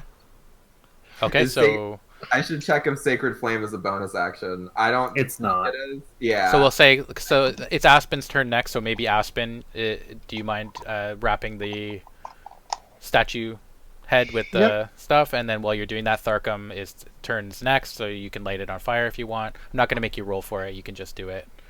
Yep. Okay. And and then so after that, after Tharkum is Bub. So I guess you're going to be the one rolling it down the stairs. Yeah. Yeah, may as well. You could try throwing it if you have the highest strength out of all of us, which is probably what you do. All right, so it's going to roll down, and we'll make the bandit roll a dexterity save. So a 10 should be. Do you think that's fair? Yeah, because it'll be on fire. He'll be able to see it. Okay, so bandit dexterity save. But it is a narrow passageway, so he's not got very far to dodge out of the way. Yeah. Yeah, he'd probably back up, back into the room. Yeah, but there's bodies that the plan is for it to actually hit the bodies. Yeah, and set them on fire. That's the whole thing. So. Okay, so the bodies would automatically fail. Dang! He very nimbly steps out of the way. Yeah, he jumps over the head. The bodies would still logically set on fire though. So let's see. So ultimately, the plan works. Yeah, and we could just keep doing it. We have an object. Okay, so this is what's gonna happen. So he jumps over the statue head, right, and he thinks he's safe. But then behind him, the statue's still burning, and the bodies are catching fire. So now he's trapped between that fire and you. And yeah, and you can hear the other guys like, "I told you not to go up there," and They're gonna have to realize that this is bad for them too, unless they plan to just leave their fort. so Peace, it is your turn, so you can. I'm still only at 10 No, I'm still only at 12 HP. I don't like. Oh man, I really want to save a spell just in case I really, really need it. So, what should I do in this situation? I want to do something. I don't want to be useless. I'll move over here, and I will ready my mace. So that way, if this bad boy comes in, I can hit him. Just use a attack of opportunity. So, Okay. And that will be my turn. Okay, so Duke, the bandit, is going to he's gonna like look up at you guys and then look back at the fire, and he's gonna run towards the fire and try to leap over top of it. So it's gonna be another DC 10 dexterity, and if he doesn't make it, he's gonna fall into the fire. I want him to fail. I want him to fail too because this was a fun plan. Yes. So he tries to jump over, and it's like he thinks he makes it, and if you could see his face, it's like a smile, and then all of a sudden his foot catches on part of the statue, and he falls like face first into the fire, and he comes up screaming, and his hair's on fire, and he's just like ah, and he like falls unconscious from the pain. It's so bad. Yes. So Does he take any fire damage? yes, he's going to take massive amounts. Well, we're just going to say for the sake of argument, we're just going to say he's dead because he's unconscious. And, Like, And even if he did survive, he's gonna look like Anakin after he fights Obi-Wan Mustafar. yeah, I he's kinda like want he's like us Dark to Man just- if he survives. Yeah. I kind of want us to just make this like a campaign because like we're so good at creative plans. This is Yeah. like the most improvised campaign session I've ever had. It's great. It's kind of like a campaign. It's just like a campaign of one shots with no overarching goal. Like in a campaign, you'd have like you have to do this big lofty goal. There's no big lofty goal, but there's lots of little goals. All right, so Aspen, you've now taken out all the bandits pretty much, although you can't really know that. Right, so what's the plan, guys? What do we do now? So that means okay. So I'm gonna point this out because it is starting to get really late for me. It's 12:30, and I do want to get some sleep. I'm not saying that. I'm not asking us to end this. I'm asking like out of character. Are these three baddies right here? Whatever the hell this is. I have no idea what that is. And these two baddies, are these the last baddies or? Almost. Yeah, like they're the last main baddies. Yeah. Oh, they're the last. Okay, they're the last main baddies. That's Yeah. interesting. There is more, but they're not going to be like a big fight. So once you get through these so guys, like that would be pretty much the end. Okay. I could probably end it. Like I could probably just find a way to end it if you want. If you run down there, I will make it happen. So We could okay. do that. So at this point, Peace is thinking, and he's like, "All right. So the fire's already burning. It is entirely possible that these bandits have a trick up their sleeve. We don't have a way of knowing if they have a ranged attack. So at this point, Peace looks over at all of us and notes that all of us have ranged weapons. And he quietly suggests, hey, what if we go in and we just whittle them down? Especially Thorkin and I have magical ranged attacks. So we have unlimited ammunition. I know that y'all two have limited ammunition, but you guys still have a fair amount of ammo, right? Yeah, I've Yeah. So still got 13 arrows. okay. So in that case, my thinking is, why don't... The reality is, it's probably going to be pretty difficult for the bandits to put out this raging fire. So if they're still down there, we can just go down there and we can just whittle away at them until they either leave or they find a way through the fire. Or they die, preferably. So You should just run Is it- down and leap over the fire. Nope. Is it is it the worst idea in the world for us to go down there and engage in a war of attrition? Well, okay, I have an idea. You mind if I throw that one out there real quick? Yeah. Come at me, fam. I'm here. I'm ready. I'm listening. Okay, we have all these bodies up here still. What I say we do, someone picks them up by the arms, another person picks them up by the legs, someone sets them on fire, we toss them down there, and just let the fire go until they either suffocate to death or come up at us to escape the fire. I'm cool with that.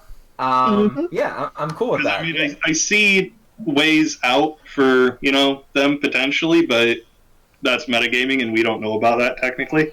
Yeah. The dwarf pipes up. Since the bodies down there are already burning, if we just toss more bodies there, we wouldn't have to set them on fire. Ooh, that's a good point. It is a good point. So Yeah. at this point, Peace is fully on board with this plan. He has a very ironic name, apparently, because he has come up with some of these bloodthirsty ass plans. So you're Yeah, gonna light the bodies on fire, throw them down? That's what Yep. the plan is? No, we're gonna throw them We down don't with need heads this on fire. lightly. Yeah, we could Well, just yeah, throw just- them just down, throw them down into the fire already. Okay. The Yeah. fire's gonna intensify. And I'm going to Okay. take the opportunity to coat a few more arrows in some poison and get an arrow nooked ready for the first person to come running up. All right. Okay, so you're doing that. You throw the bodies down. You hear like coughing from down below, and then all of a sudden you hear splashing as water puts out the fire. It successfully puts out the fire. Yes, he puts out the fire. You see Okay. all the way over on the right hand side there? There's a well. I mean, we know that, but like, the fire's been raging for several turns at this point. Yeah, he was like coughing and stuff. It's a pretty big Mhm. area though. So then, can they at least have like suffered some like sort of damage from it at the very least? Not much. I'm not Alright. suggesting they. Yeah. Okay, And it'll be, I'll play. and with it'll be pretty Yeah. smoky down there, which means it'll be pretty dark for them and difficult Ooh, for them that's to see. right. Huh? It might not be a bad idea for us to actually go down there and just attack Yeah, them with couldn't ranged we- weapons. Yeah, wouldn't we have advantage on attacking? Yep. Well, if you're in the smoke and they're in the smoke, then no. We have dark vision. All of us have We dark do. vision. Dark vision doesn't do anything for smoke though. It only does something for dark. That is true. Oh, dang. Balls. So it would just Actually, it would just yeah. cancel each other out, right? My attacks would still be unaffected, but I don't really want to go down there. Bodies for them to get over. I have 12 HP, guys. Run down there. No. You're gonna keep asking this. The answer is gonna be no. I have no problem with us going down to All right. run. So it's Tharkum's turn. What are you gonna do, Tharkum? Are you gonna run down there? Are you gonna stand up here? Well, if I went down far enough, I'd be in the smoke because the Yeah. smoke would be coming up this way. Yeah, the smoke is right? coming up the stairs too. Yep. So Probably Would be I more. It would be- actually be being sucked up the thing because smoke rises, right? yeah, Oh, that's true. so technically weren't even smoking them out. Yeah. There's hardly any smoke where they are. Just mostly coming up the stairway. We But should if have I put bodies up on the stairway to block it. But hey, obviously. you did make a bandit face plant in the fire, so I mean, it was still a good plan. So Well, if I go down, like past the trap, obviously, like from where I am down, and would I be able to like chill touch like that dude right there? Would I be able to do that? What's the range on chill touch? 120. Yeah, if you go to the bottom of the stairs and like stand, like here, like at the bottom, then you could chill touch him. Yeah. But that's in. Well, no, wait. The fire's out. So Yeah, the fire's out. So, yeah, I could wait. How far away would that be? Because we could only move like 25 feet due to being a dwarf. It's like 20 feet down and like another 10 feet, so it'd be like 30 feet, and you'd be in the right spot to, like right there, to attack him if you want. But I only have 16 health. Okay, I've got one more idea, and it could very well work. Shoot your idea before I do something stupid. Okay. Clearly, they have access to water. That means they either have a well or access to outside of the keep we're in. So, we could send someone out to scout around the exterior and see if there's a way in so we could flank them. But you have to remember to pee on your feet. At this point, Peace is also going to chime in and Peace is going to quietly remind our guard stuff's gone on, and then he's going to like shout out. He's going to be like, "Hey, remember, there's also a weird monster somewhere here, so it's probably not the best idea." Yeah, I forgot about that guy. Can The gargoyle did say that there was no other way in. It's true. Can I do some sort of intimidation thing to see if we can lure them out, especially since they've had to endure so much shit? Their will must be close to breaking at this point. It'd be worth it. I mean, I can give you like a help on that, I guess. Yeah. Can we do another intimidation off just so that we can finally end this? You have to roll pretty high because he's pretty tough. So we'll say 15. Okay. If you beat 15, but there's no help. It's just you. If you want to try one last time, you can. Wait, why is there no help? Because he's coming up. He's not coming up there, and he's gonna. Oh dang! Oh Jesus. Okay. Well. Just go down there. Just go down there. Ah! Oh wow. What did you say? I was ready. Oh, I look. was ready to go down. I was like, guys, I just want to end this. All right. And So that was Peace's turn. So it's his turn. So okay, Yeah. he's coming up after you then. okay. Yeah. You know what? If my character dies, my character dies. I have my attack readied. I've been holding it readied for, at this point, probably close to an hour since we skipped so many turns. They're only six part of turns. Part of me is like, I did ready in action because I didn't want to go down there. Yeah, I've still got a poisoned arrow. Oh yeah, Ready? we have so many things readied. All right. So- I'm not going to do my reaction. I'm just going to attack of opportunity this bastard. Well, you wouldn't get an attack of opportunity, but you would get your readied weapon or readied attack if you had a readied attack. Because he's not going to move out of your range. He's going to attack Peace, who's standing right there. And he still has to do the poison's still there, so he's gonna have to do so many different things. And all I honesty, did ready an attack, so I still get my club. Oh, yes. That's a fail. So he takes 2d6 damage from that. Yeah. Okay. Do you want me to do the 2? Okay. Oh my so God, He does 3. Okay, you can do it. You can do it. Go ahead. Okay. I should have let you do it because you did it. Okay. There you go. Yes. All right. So 12. So just give me a total of all the. So he's got a AC of 15. So. All right. So I also had my attack readied. So I'm gonna. I don't know if I'm gonna hit. Nope. No. I at least tried. Okay. B-mill. Aspen. 8. Darn. Yeah, I'm gonna. Tharkum, I'm probably gonna die now, but I mean, it was fun, guys. Oh, there you go. Nice. Yes. Nice. So 12 I like how they were plus both 10, 15. 22. And Tharkum? Ooh. Oh, Tharkum already attacked. Yeah, I Yes. did. Okay, so 22. Okay. All right. There's no way he's dead with that because the super bandits had 30 health, so that means this guy probably has like 60.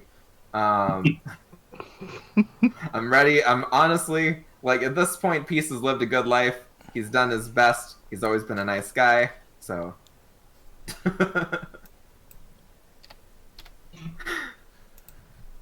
All right. So, so 2 So you're running down there then? No, he came up. He came up. Yeah. He's coming Yeah, he for came Peace. up. No, there's still 2 more down there. Yeah, but I mean, in all honesty, as long as this thing, whatever it is, isn't some sort of hyper. Hey, he missed. Yes. Superman. Oh, not. But he hit. Wait, he did. He's doing with advantage. All right, that's one hit. Yeah, that's one hit. 9. Ooh, I am Not dead. still up. But hey, I am close to death. But hey, I'm living, baby. I'm gonna turn the If we can advantage finish off. him now, I'll be fine. All right, Yeah, that's and a good idea. all right, so Aspen. I'm gonna take Longtooth out because he went down and you know what? I'm just gonna say that Longtooth went down, warned the captain, and then the captain was like, or Ravelez or whatever says he like just kills him because he's like, I can't believe You failure. Yeah, you failure. And then Heartspine is gonna come up as well. Oh, that's a dangerous name. And yeah, so Heartspine comes up. So you see like coming up the stairs behind, and he flies like right over top of Ravelez's head, and attacks B-Mail. But it's just like a Sturge, but it's just armored and huge, like way bigger than a regular Sturge. So let's So see. wait, does that mean that the Sturges fought us? They wouldn't have attacked the bandits because they have some sort of super Sturge? Say it again. So okay, the Sturges. Oh, up top. There were a natural 1. Yes. Yeah. He's gonna stop. He stabs the wall and he's fumble. stuck there. So okay, my question is, there were Sturges or something on top of this building that we're in. Oh yeah.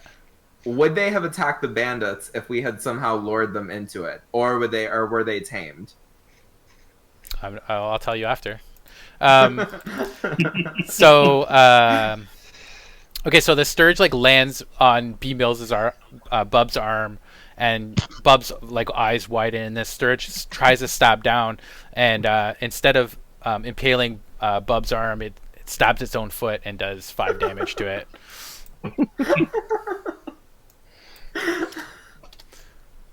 The bandit captain. No, that's like 6 damage to itself. The bandit captain's like, I'm surrounded by incompetence.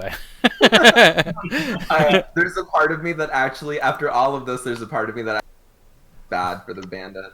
Aspen. I don't feel bad. Okay.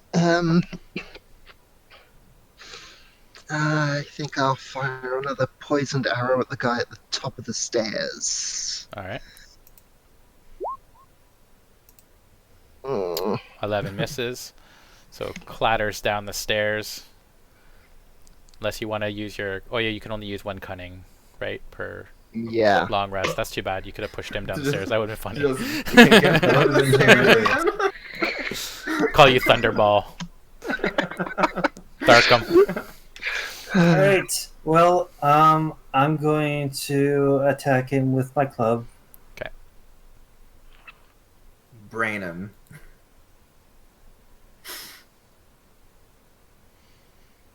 Definitely hits. Nice. That'll do it. 9. Plus poison. So, 15 damage.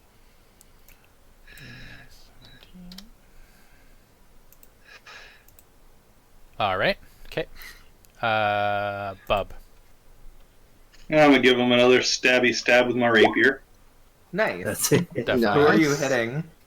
12. Well, there's only one guy up here, right? No, there's the So wait, Sturge that's yeah, on your Sturge arm. is alive. Could have hit. You Yeah, can- everyone was talking at the same time. The one at a time. Sturge is still alive. The Sturge is on your Yeah, I'm arm. gonna Okay. All right. Go ahead. So 12 piercing. Okay. So the Sturge like stabs its own foot and then brings its face up, and you just stab it through the head. Dies. Nice. Way to go, armored Sturge. Disappointment. Peace. So, okay, I'm gonna ask a question because I'm gonna try to see if we can just. It's entirely possible we can end this right now. If I give Mr. R a glance, can I tell if he's bloodied? Like if he's at half, he's If he's around half, not quite there, but like between Yeah, 3/4 and half health. he's definitely he's bloodied. Okay, so I am gonna use a healing word as a bonus action, but the first thing I want to do is I want to look at him and I wanna do that thing that I do. I wanna roleplay for a second, just to see if I can possibly end this right now. I'm gonna look at him and be like, "Hey, all of your bandits have died. I'm close to death. I'll freely admit that, but I want you to look me in the face right now, and I want you to realize that there is no possible way you are getting out of here alive unless you surrender. It is entirely possible that there are situations in which you can either get out of jail or you cannot be executed. But if you fight us right now, even if you kill me, you will die in this castle, in this fort, in this fortress. So will you surrender?" So he he turns towards you, and for the first time you see he's got like a golden mask on, and around the mask is like burned flesh, and he rips his mask off, and you just see like a horror of a face, like it's just like melted wax. And he says, "I was almost burned in a barn. The townspeople tried to kill me. I'm torturing my brother below. Do you think I'm scared of you? I'm coming for you." You should be scared of me. He's like because right now you're gonna die. He's like the ultimate warrior of bandits. Well, in that case, I talked so much. Actually, you know what? I didn't roll a check or anything. Can I still attack with my mace? Yes, you can. Yep. Since this guy wants to be all gung-ho, I missed, but that's fine. Yeah. I'm going to use my healing word on myself. Because he blocks your mace blow with his golden mask. I'm going to look at him and be like, "That's badass." I'm not getting out of here alive. I healed myself. He takes I'm just going to use my... He starts his turn within my poison. He has to roll Constitution. All right. Constitution. I thought you turned that off or something. Nope, that still happens with... 2d4 point necrotic damage. 4 damage? Alright. Honestly, I'm fine with if he kills me right now. I really like this. I might just like use the same basic concept again in another thing. So if I die, that's fine. Well, he's coming for you right now. Yep. Ooh, yikes. Hit me, fam. Oh, that's both. Yeah, I'm dead. There's almost no way in which... Oh, yeah. Alright, so that means... Cool, that means I already failed one of my death saving throws. If someone wants to save me, that's cool. But, no, only one. Oh. Yeah, because I had 9 health exactly. I'm at 0. So he smashes you down, and he says, "Not talking now, are you, bub?" At this point, I quietly moan, "I will in a second." Just give me a second. Aspen. Okay. I have 1 poisoned arrow left. So I will do my best to make it count. Oh. Critical. And he has to make a Constitution save too. Yep. You quietly hear Pete start to laugh. Failed it. So roll all the damage. It's a critical fumble. Or it's a critical success. So, critical deck? Oh yeah, jeez, I forgot about that. Hold on. Oh yeah, and there's additional poison damage. Mm-hmm. If this guy was already at half health, it's entirely... knock him out. Double damage, and the target must make a DC 12 Constitution saving throw. On a failed save, the target has disadvantage on their next attack. Okie dokie. So 2 damage rolls. There's 1. Ooh, 22 damage. Okay. Plus poison damage. Plus poison, so roll the poison. So that was 1d6, yeah? Yeah, 1d6, yeah. No, that's an additional poison. Because the crit doubles it. Okay, so right now it's a 23. So 2d6. And oh, 20s.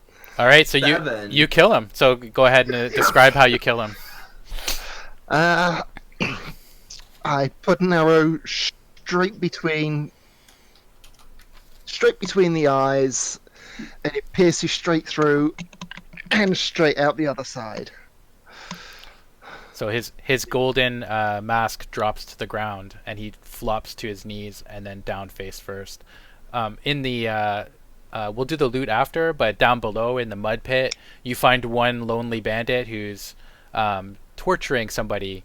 And after questioning both the bandit, who doesn't put up much of a fight, and the person being tortured, you find out that it's actually Ralavez that's being held, and that when he was released from prison, he explains he tried to stop his brother Galdrez, who you just killed, from the bandit lifestyle, but Galdrez was having none of it. So, and that will conclude the adventure, and I will give out the loot afterwards, and I'll send it on Twitter, and also you get 400 experience Nice. each. So Nice. I lived. Yes. I was knocked unconscious twice. The main person I healed was me, but I. all right, so there we go. I'm gonna end the stream. Hope you guys had fun. Everybody, I did. It was great. most As we're definitely. leaving, I tell the gargoyle buddy all about the adventure we had and all of our crazy. all right. So I guess